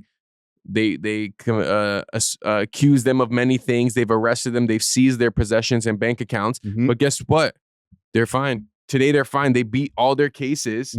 They're still under watch, but first they try to cancel you. Yes, then but they try to imprison you. Are assassinated. I've watched mad Andrew Tate hate videos. Of course. Their characters have been assassinated. And Drake's character has already been pretty assassinated at this point, just off the battle. Yeah. You know what I'm saying? What she's saying in this court case, or this potential court case, that UMG helped to enforce.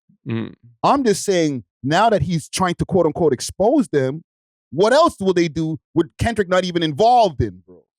It's true, but I don't know. As someone who is spiritual and I believe in God and religion and stuff, like I think if you really, really, really stand for what's right, God will protect you. You might be in jail. They might take all your stuff. Muhammad Ali. You know what I'm saying? Like, bro, but at the end of the day, like if you are meant to be doing what you're doing and it's supposed to happen, it'll happen, bro. Just have faith, because if we look at it logically, it's like you're going to lose. If you really look at it from a media perspective, they're going to tarnish you. You know what I'm saying? But all these are like controlled perspectives that they want us to think, So if he really, really believes in his mission, bro, stand on it, bro. Yeah. And the fact that you're from Toronto, it's like, bro, me personally, I rock with that, bro. I rock with it too. I rock with people who are down to shake the system and expose it. Obviously, he benefited from it, but it's kind of like, how do I explain it? It's like getting mad at someone for preaching religion when they used to like drink a lot or like do messed up stuff in the past. But but it sucks that it was just after the battle. That's the only thing. The timing is the trash, timing, but I understand the mission. But like I said, and we'll end this segment here. I rate it too. Like, do it. But I'm just worried for the man. If we start seeing some crazy things, and I'll say it again, hopefully not, but if we start seeing in 2025 all these wild headlines, it was because of the lawsuit. Yes, and then the entire mainstream media credibility will be thrown into question, and people are already like not so into legacy media. They realize they're losing the propaganda machine they spent years building, where it's like the news was like law. It's like you heard it on the news, it was true. Then, you seen what happened with the pandemic, and they started like switching and like changing narratives, and they started, so then look what it did to Trump, bro. There's so many misinformation things that they're saying Trump said or whatever. This is not true. Bro, always question, because everything is never as it seems. Yeah. Just if you start seeing wild stories about Drake in 2025, believe only half of what you see and do your research. Don't just go on the headline. Click and do more clicks past the headline. Yeah, and if you don't know the truth, ask Friday. This guy is his lawyer, all right? if the news doesn't know, Friday knows. No. Like Lil Baby said, no. Okay. Let's salute to Drake, man. Yes, sir. I got a crazy story here. Big salute to Steamin' Hot Grabba with a variety of different Grabba flavors and dispensers. They got red rose Grabba, that red herring Grabba, and peanut butter. Hit them up on their Instagram page, Steamin' Hot Grabba, and use the code WeLoveHipHop and receive a discount on your order. Again, you can find them on Instagram, Steamin' Hot Grabba. Now let's get back to the show. Cheer. 5 out of 8 that got charged in the Queen Street shooting, the wild studio shooting and stuff like that. I'll insert the clip. Yeah.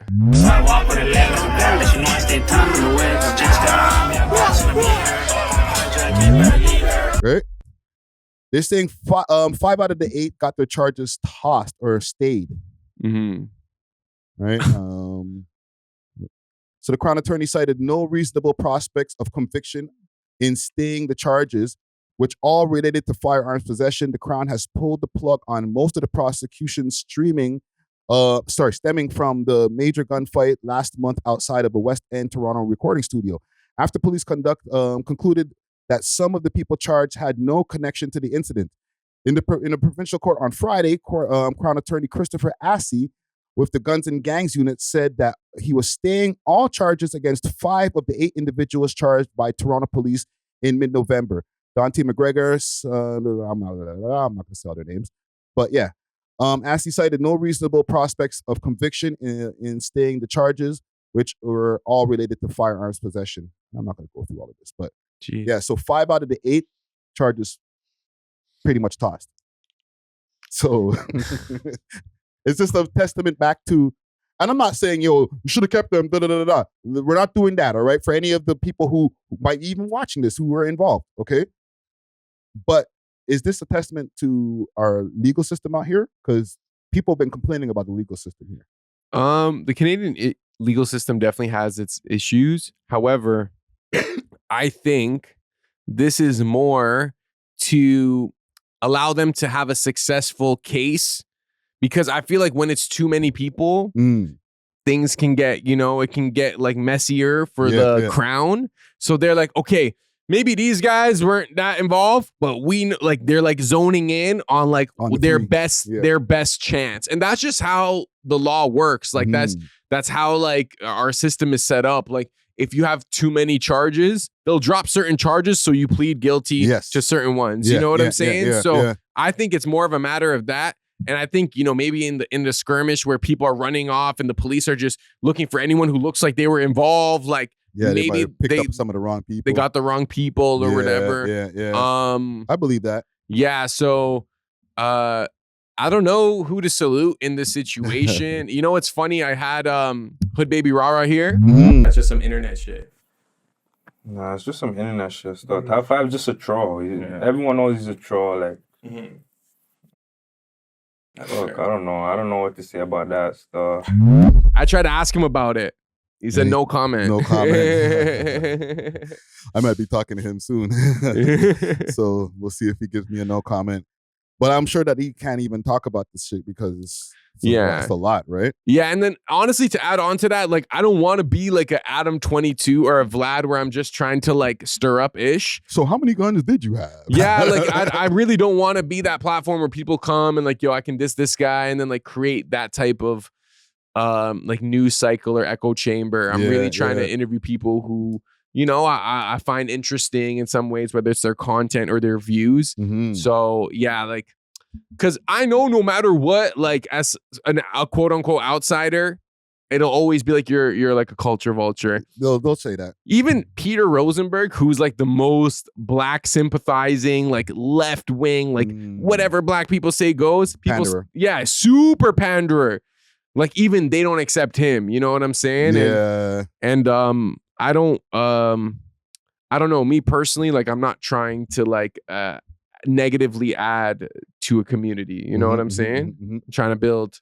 Well, listen, man. I don't know who to salute in this situation either. The lawyers? Salute to the lawyers and salute to the people who got out. Like, yo, if they didn't have enough to convict them or put them in anything, like, it is what it is. Like, yo, you guys might have not had nothing to do with this shit, or like, bro, you don't have strong enough charges to keep me and put me into a gun possession or whatever. Like, they found there's a picture of 9 guns here, right?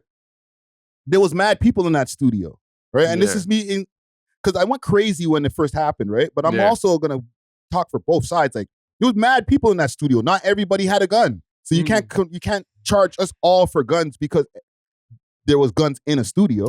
Yeah, it's not a strong enough case. It's really hard to even, from an evidence perspective, prove ownership. Because what if I'm just holding one? Yeah, but like it's not mine. It's not my property. What determines that? Like, it's just very complicated for them to really prove stuff. So I think they're trying to give themselves the best opportunity at a successful charge. Yeah. Salute to the people who freed up, yo. And salute to the gentlemen who are also dealing with their cases as well. You know what I'm saying? I'm not going to be hard on these gentlemen all the time, about how some of their decisions, because it is what it is. Some people, they're just wilding out. They're young. You make mistakes. You know what I'm saying? And you grow up, hopefully, to learn from those mistakes. Yeah. Maybe they feel like they need to have one because they don't feel safe. Like, I'm not trying to like cape for them or anything. Everyone should be accountable for their own lives, but like there's a lot of people. Judge. Yeah, exactly. There's a lot of people going through things or seeing things, or they've seen things that you might not understand, and that might every person's behavior, there's usually an explanation for it. You know what I'm saying? Exactly. And that's well said. I just want to make sure that side is also known too. You know what I mean? To give them some grace. Yeah, some grace. Yeah. But yeah, salute to all people involved, man. Except for the boy them. Another Toronto thing that's been going on. Tizzy Stackz. Okay, I seen this. Life. He got sentenced to life. You know what that means? 25 years? 15 in Canada. You do 2/3 of your time over here in Canada. So wait, how much is life considered? 25? Life is 25 years. So 2/3 of 25? That's about 18, right? And that's to go and see if you can get parole, right? And just to give you guys just some more clarity on the legal system part of it, like in 18 years, you can go up in front of the parole board. They'll decide whether they can let you go home on day parole to serve the rest of the 7 years in a halfway house. And then now afterwards, you're on parole for the rest of your life. Right? So if you have a dirty piss test, if that's one of your conditions, 20 years from now, you're back inside. I've seen it. Yo, I have a question because I know in America, like when people are imprisoned, like they put them to work and they get really cheap labor. Yeah. Is that the same here? Like, is he going to be doing stuff every day, or just going to be sitting in his room the whole time? It depends. Over here, you decide, right? What your adventure is when you're in jail. You can sit around and just lift weights or whatever, or, you know, because they're going to have him in a maximum security at first, but then he has to work his way down to medium security, and then eventually, as he gets older, he'll probably get into minimum, maybe. But during that time, you can try to work, get a job in there. You know what I'm saying?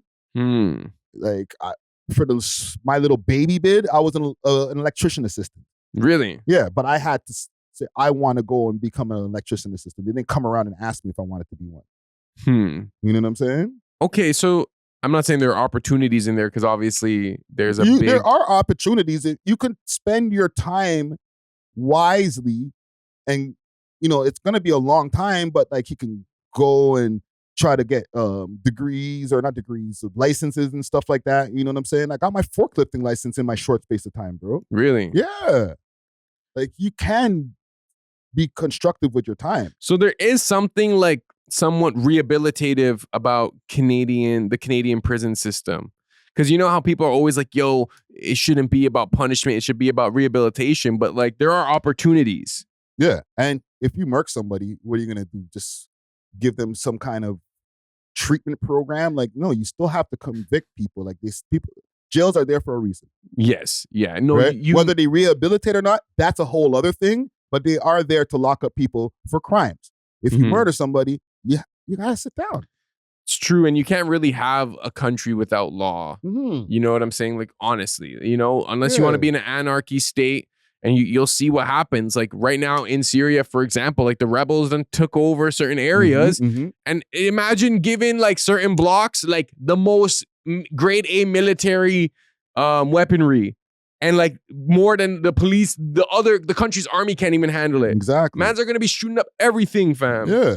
Yeah. But like, you need law and order in a society. Yes. You know what I'm saying? Yeah. I'm not saying I agree with every single law or like how the police operate, but like we have to also be intelligent and realize like, okay, like the exchange with a country is you pay taxes for some type of legal protection. Yeah. Because other than that, a man could just run up in your crib, do whatever, zero consequence. Might is right. If you're stronger, it's done. You have the strat. They don't. It's done. You know what I'm saying? Yeah. And with this kid here, or young man, he had a lot going on, man.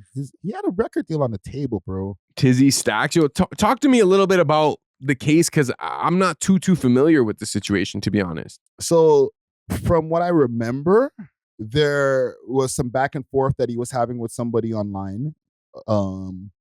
And he went, allegedly, and I guess not allegedly because he's got convicted for it. And he went and met up with that person or found that person and wet him up. Online, like on like an IG Live? Not IG Live. I think they were going back and forth probably in the DMs and in comments and stuff like that. But it was also not just like some random commenter. Like they had It was issues. like an op. Yeah, they had ops and stuff like that, right? And I don't know if it's even stemming from I'm going to get mixy for a second, from what happened with the other young man who I interviewed, who was with him when I interviewed him, Steno, R.I.P. Steno, right? He passed away. I interviewed Tizzy Stackz back in 2019, and then Steno passed away like later in 2019.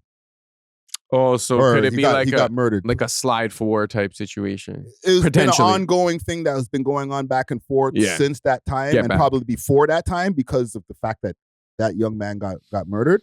You know what I'm saying? So there's been some kind of politics that's always been going on behind the scenes with Tizzy Stackz, and it kind of came to a head when, you know, it's kind of weird where some of my rationale, but don't look for me for rationale. But I'm always boggled when the rappers are out there doing drills. Because it's like, aren't you guys supposed to be the heads of the crew? Right? So the crew should be doing the drills and the rappers have nothing involved with it. Unless the only reason they should be trying to convict the rapper is on some Dirk shit. Like, yo, you organized this. But when I'm like, yo, you were the one that pulled the trigger and like you got convicted for it, I'm always like, huh? Like, shouldn't you be in the studio while your guys are sliding? Because that's what it says. They say in their rhymes, like, my guys slide for me. But then they're sliding. I'm like, what's your guys there for? Okay, let me give you an analogy, and I think it'll explain it. Say you have an army, and you have a soldier who sends the front soldiers, like the first line. Yeah. Okay, you guys go. I'm going to stay in the office and plan, right? What if that guy is in the field with you?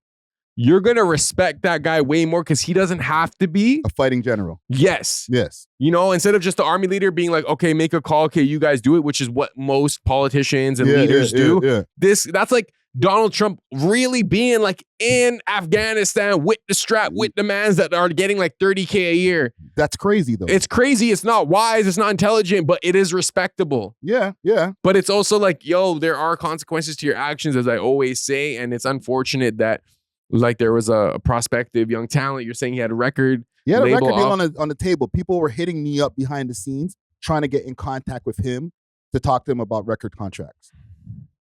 Record company people. Well, I don't know. Maybe he felt like he had to do what he had to do on some principle stuff. And I guess I really do think as I have gotten older and at first, you know, I seen, I guess, the scene and the polys. I'm like, this is dumb. Why are you guys doing this? But bro, people find purpose in fighting for something, fighting with people, having enemies. It gives you identity. Yeah. We are us, they are them. You have a mission. They did this to us. We did this to them. This is the score, you know, saying this up, this down, whatever. So it gives you purpose and it gives you identity. It's just like, and everyone needs a purpose in life. You know, these guys, they wild purpose. It is a wild purpose. And at least some of them are able to branch off and they refocus their purpose in music. Yeah. But I felt like with him, it was like the music wasn't like, maybe it wasn't as primary as like, yo, this is my ends though. Yeah, but bro, like I was saying, he had the opportunities there. And before the opportunities can come to fruition, he's sitting in a jail cell. So it's not like he was some guy that nobody was checking for. People were checking for him, bro. People expect certain behavior from certain people. Yeah. And I feel like a lot of people will fall into that and they want you to be the version of yourself that they see. Yeah. And I think you see that with a lot of these rappers where it's like, they don't want to seem like, oh, I'm a rapper now, I'm soft. Yeah. It's like, if anything, I'm going to go even harder. You know what I'm saying? Yeah, don't think because I'm a rapper, I won't slide. Yeah, it's not sweet anymore just because, oh, I got a couple 100,000 plays. And mans will be like, oh, this guy switched up ever since he went viral, bro. He's not about it anymore. Yeah, I switched up. I'm rich now. I can't be sliding with y'all niggas, man. You slide for me. That's what, sorry, bro. If I was still in the life like that, and I'm a rapper, and I'm the one who's up, like, okay, you see me how I get down when I was down in the streets. You want to grab another water? No, I'm good. You see me how I used to get down when I was down in the streets. Now that I'm up and I'm the rapper and I'm providing money for all of us, you slide. I'm busy in the studio providing to get more money for all of us. Yeah, that's just my mentality, though. Yes, but like I feel like the few super successful gangster rappers that like were like ended up getting to the top, they cut off all those people. Yeah. They had to, because at first it starts with, yo, you're switching up. Then you're like, you know what? Let me provide for these people. Then it becomes, yo, can you give me this? Because this. Yeah. You notice that their mentality will stay the same as you elevate. As you evolve. And it's either they're going to be a crutch for you and they're going to bring you down, or you just have to cut the ties and then they're going to be like, oh, Snoop Dogg, man, he used to be from here, but man, he's fake now. Because this might be a pressure thing too. Like, so what, you're not going to slide? You're going to let this go? Like, yes. Are you going to do it for me? Because I'm the guy who's about to get a record deal. So part of that whole, no, bro, so what? You're going to just let him get, you're going to allow that? Yes. Are you going to allow it? Because you're supposed to be my shooter. Like, don't send me out on the dummy mission. I'm the guy. Yeah, but would you say that in certain hoods, certain blocks, like if you know that, okay, this guy, he's a real killer, he gets a little more respect?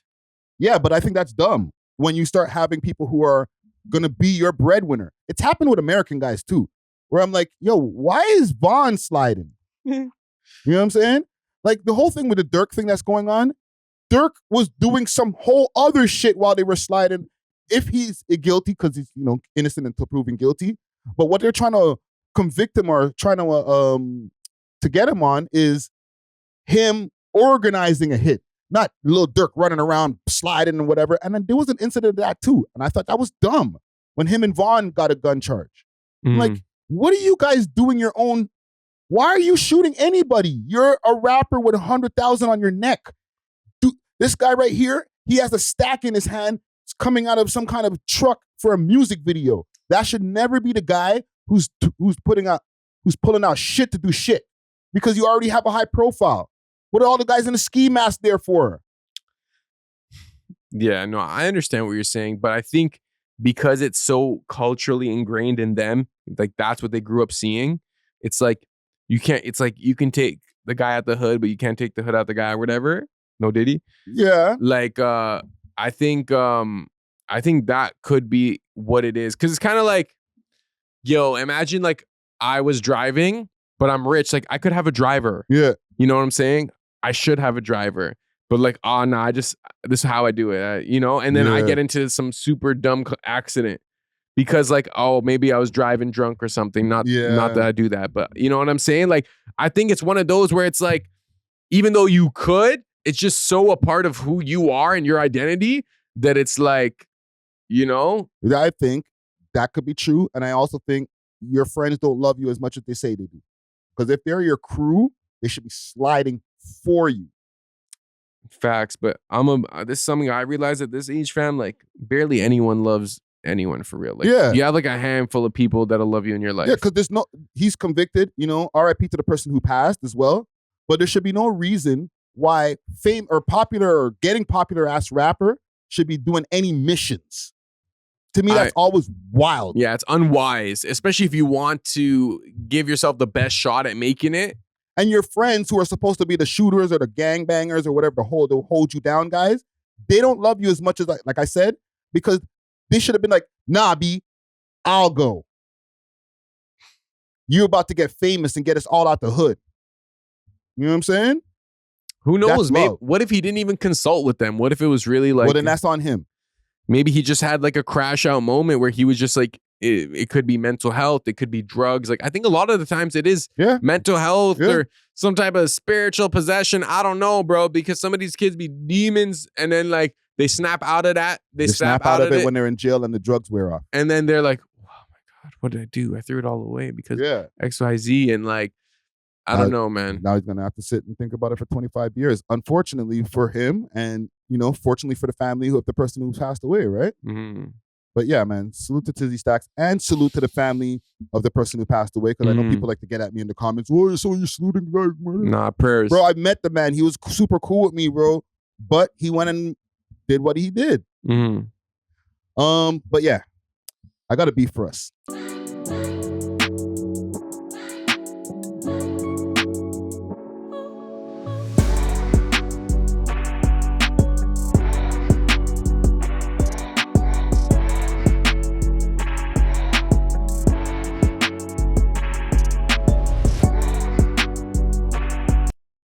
Oh, I seen this. It started, that's why I started the show with some Rapsody, right?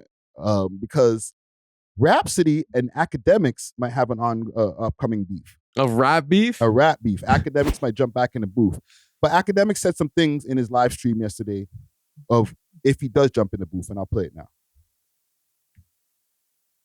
Listeners, it don't work like that, baby girl. So I get it. You need the stimmy. Except I'm going to give you the stimmy. We could go back and forth. You diss me. Remember, I ain't diss you on wax. You started. We love hip-hop. Okay? So I will return with some lyrical venom, and we could go back and forth until who taps out. All right? Now, before we even get to that, and by the way, hopefully in this back and forth, you get to whatever your version of Not Like Us is going to be, because he's cooking. Again, this little tried and true method, all y'all little lyrical niggas that can't make a song, what Kendrick did in the finesse with Drake, it don't work for all of y'all. Okay? Don't start just dissing people hoping to get a battle and hoping to like continue something to get attention to get like a hit song. It don't work like that. But it's all good. What I do want to say, and I'll say this to you, Rapsody, you know, I don't want to disrespect my elders. You're 41. I don't want to disrespect you. But eventually, you're going to make it work. And I have a lot of promise. Guys, slow walking it. When you rap about things, and this is the problem with people like you and Kendrick, right? When y'all rap about this soapbox rap era doesn't really work. So if I go back to it, I think you say bitch ass niggas, and then you say academics, and then you say something with open cases. But I do want to ask you this one question, Rapsody. You signed to Rock Nation. I hope you go up there to the office. Do you ever do that? You ever get up in there in them board meetings? Maybe when they talking about your album? You know who run the label, right? I would love to engage you, and this is what my rap diss song is going to be at with you. When you talk about people with open cases, you know how many open cases your man's got? that run your label that you want? Do you know how many cases that got settled that we ain't hear about, but I know about, even though the NDA is strong? We love hip hop. Do you know about? Wait. Do you know about that? There was multiple pending cases that turned into him and his other man's now suing the lawyers that's bringing the case. Do you want to talk about open cases, man? Because you're gonna look like a fucking hypocrite. You're on Rock Nation. And all y'all niggas in the 90s was all doing dirty dick diddler shit. You ain't signed to Jesus, baby girl. You signed to Jay-Z. Jay-Z. Let's keep that fact up there. Freaking demon, bro. Oh, man. So if he goes and gets into the booth, he said he's not going to be Lil Ack, because that was his old rap moniker. He's going to be Big Ack. The Big Ack, the biggest pause, right? And if he goes in the booth, he's going to expose Jay-Z and I guess her too. She ain't got nothing to expose, right? Salute to Rapsody. I love Rapsody's raps, right? But she tried to take a shot at Ack. What's your thoughts? I mean, she's a good rapper. I heard the freestyle or whatever. I thought it was good. Yeah. I didn't think it was her best work, but keep going.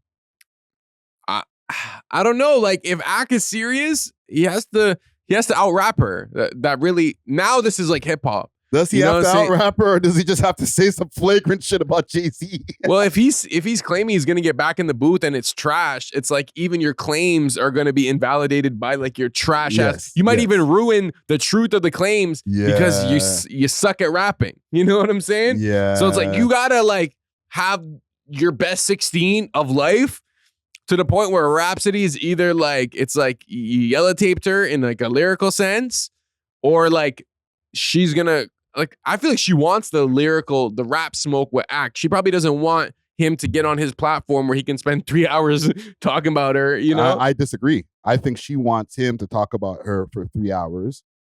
And he was like, no, I'm gonna do you one better. I'm gonna rap, and I'm gonna rap about your man to them. Right? Because what he was saying is like, the play is, talk about Ack. Ack will go ballistic on you for a few sessions maybe, but it's going to help your name go up. Mm-hmm.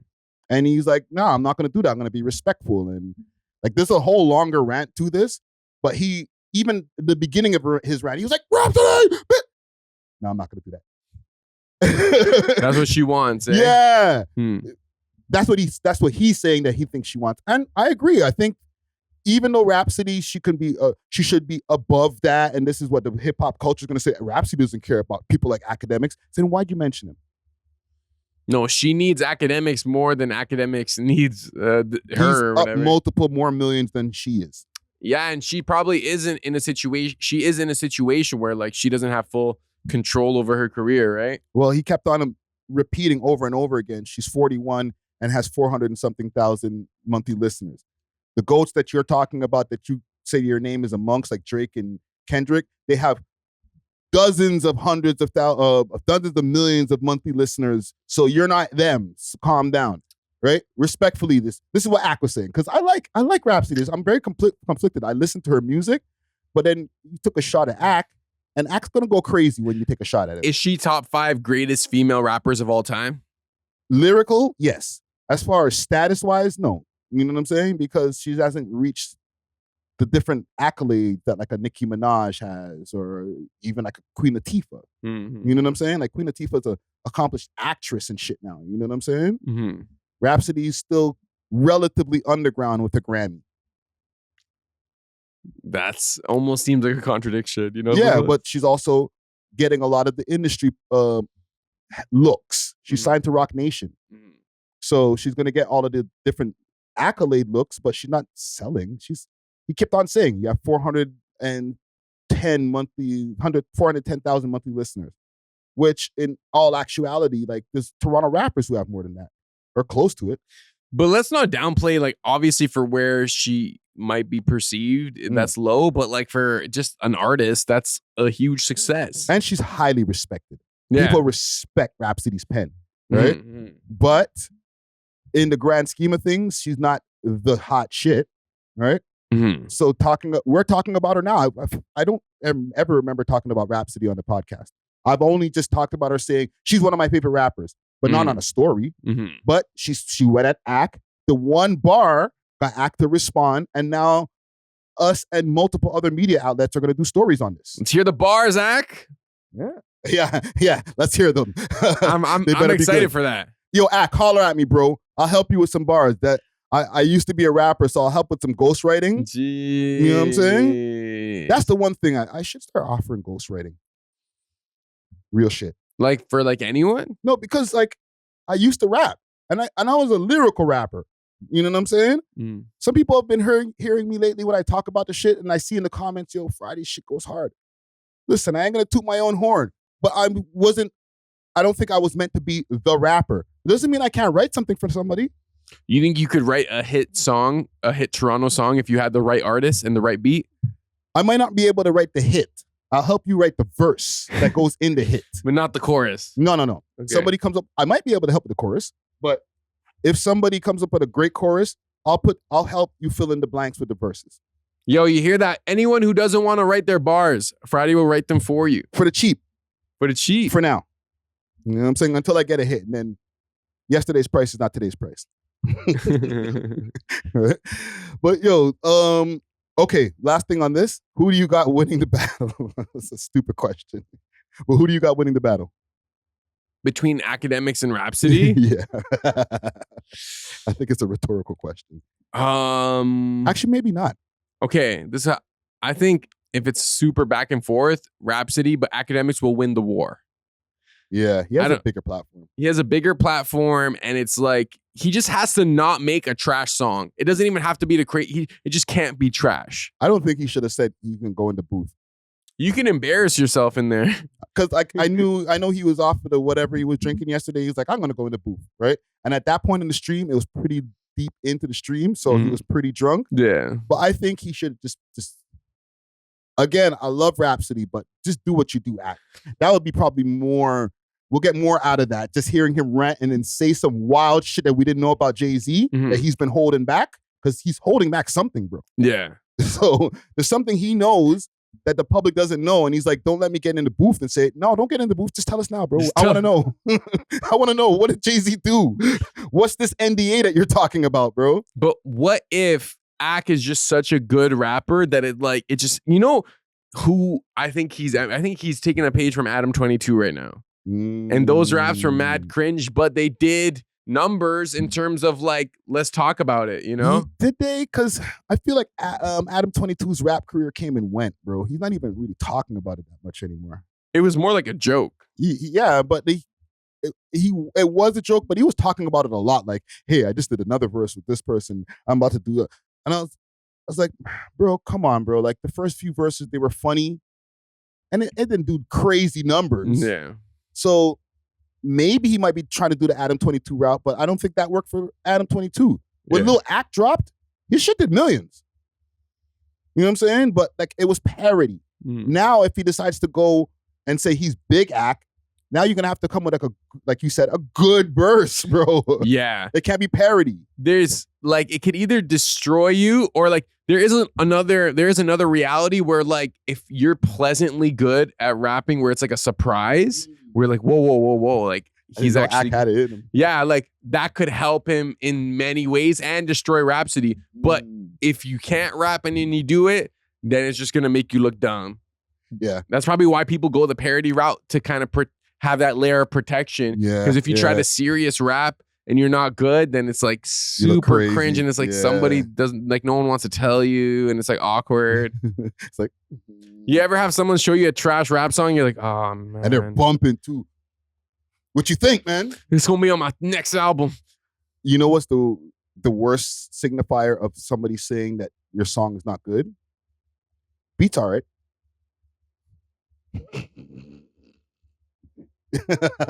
Who made the beat? The beat is, you know how to pick them. You know how to pick the beats. Right? That means the song's not hot. All right? You know what another telltale if someone thinks, or This is how I know a song is trash when someone's showing it to me and they're rapping it to me while they're showing it to me because they don't want me to hear the actual wave or MP3 file. Yeah. You know? Or they don't want you to hear. Or the mix is bad. The way they actually delivered it in the studio, it doesn't sound as good as in the studio as when I rap it to you. Like, no. Yeah. I should be able to hear it and be like, this is hard. Mm-hmm. And now when you rap it, oh, even better.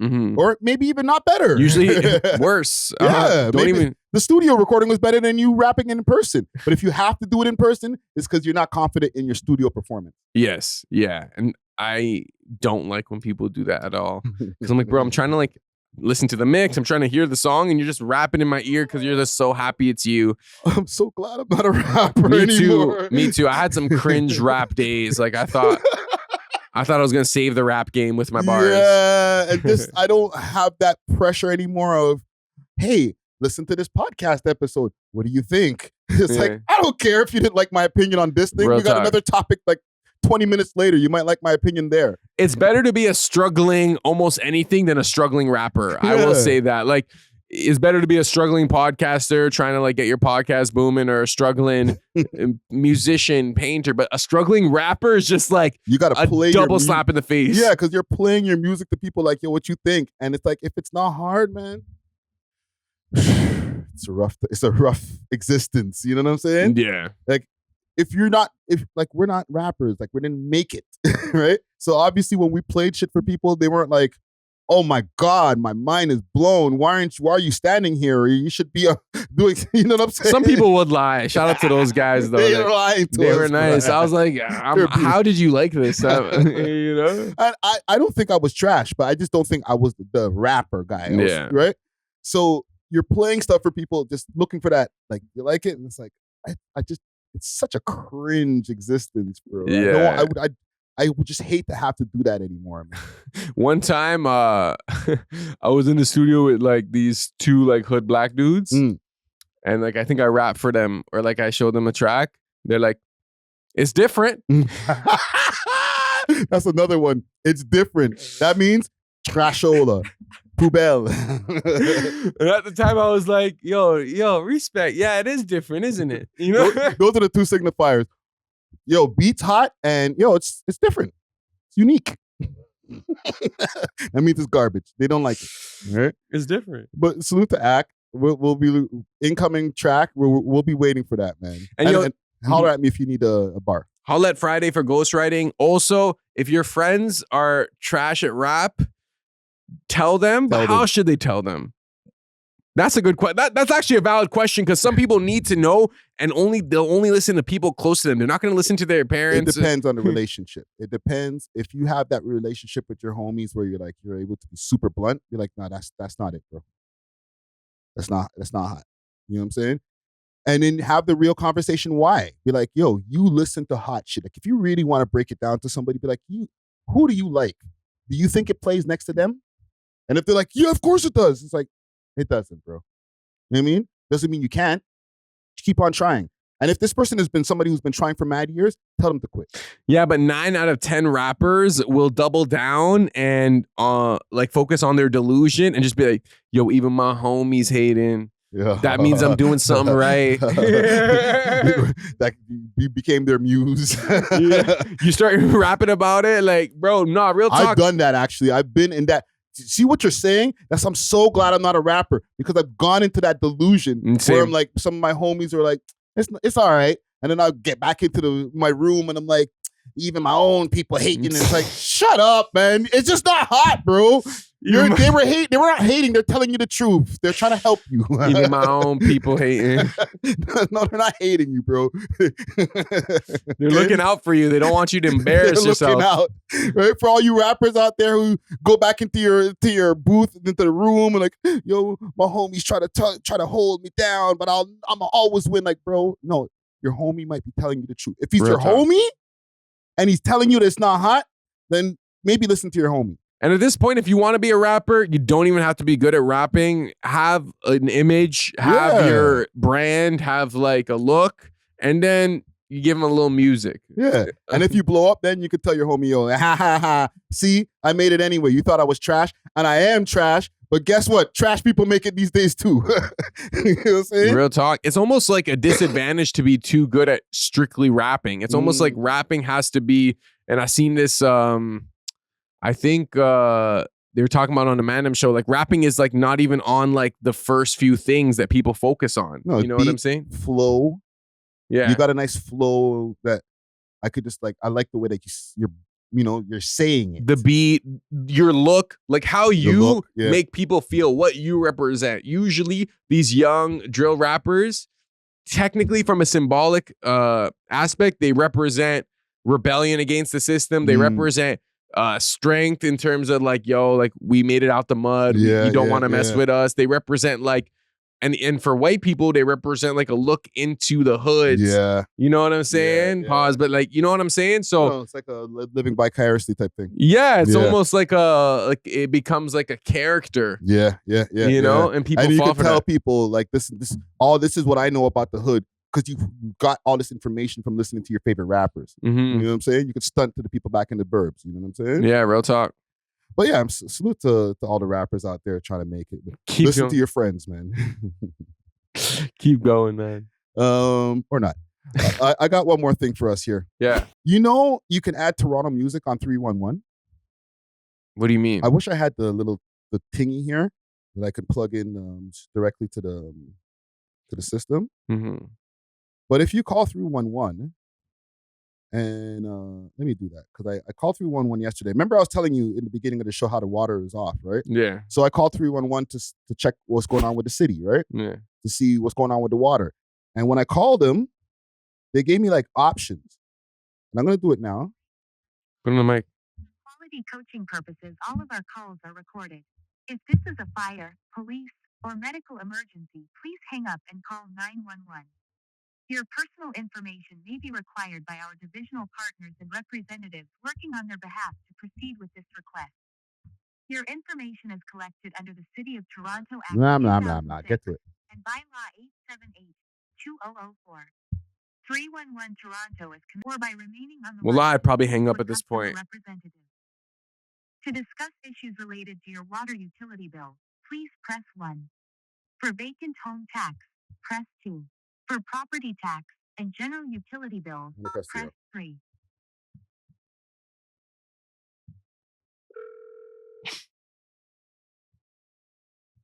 Thank you for calling 311 Toronto. My name is Sorry, Dayo. How may I assist you today? Sorry, I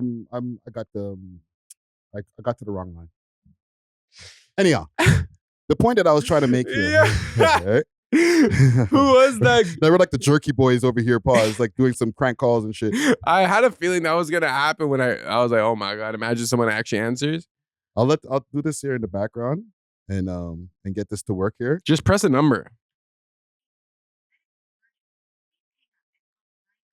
Right. So basically, the point that I was trying to get to is, and I'll lower this down a bit, is when you get to the choices of what prompt music that you can wait for, they say you get a choice of Canadian music to wait to. Okay, I like that. And then they say, choose 1 if you want Canadian rock. Choose 2 if you want rap and R&B. Choose 3 if you want EDM or whatever. And then you choose 2. And I was just listening to like whatever hip hop artist. What was it? Like, was it like Grant rap? It was Grant rap. It wasn't no drill rappers. Okay, that makes a lot of sense. But wow, they probably licensed those tracks.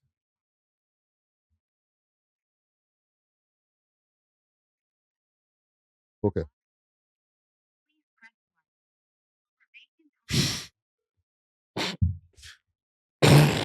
Damn, it keeps on bringing me right to it. They're on it right now. Yeah, they're not busy. They're not busy. Well, if you have to wait, okay, anybody who calls 311, it was a horribly gone wrong experiment.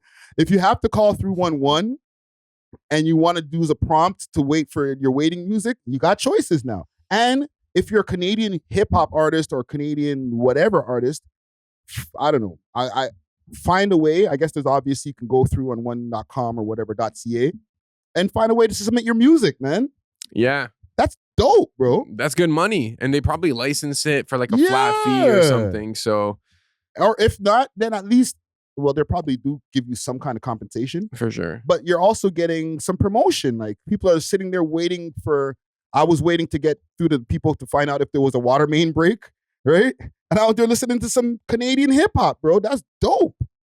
Yeah, no, that is good. Yeah. But it's also it also goes to show that the waiting times are so long. They're letting mans pick a playlist now. You know what I'm saying? Yeah. Yeah. But I think that's actually forward thinking, that they give you choices. You could be listening to, fam, when I call Rogers, I listen to some of the most horrible waiting music, bro. They'd never give me no choices.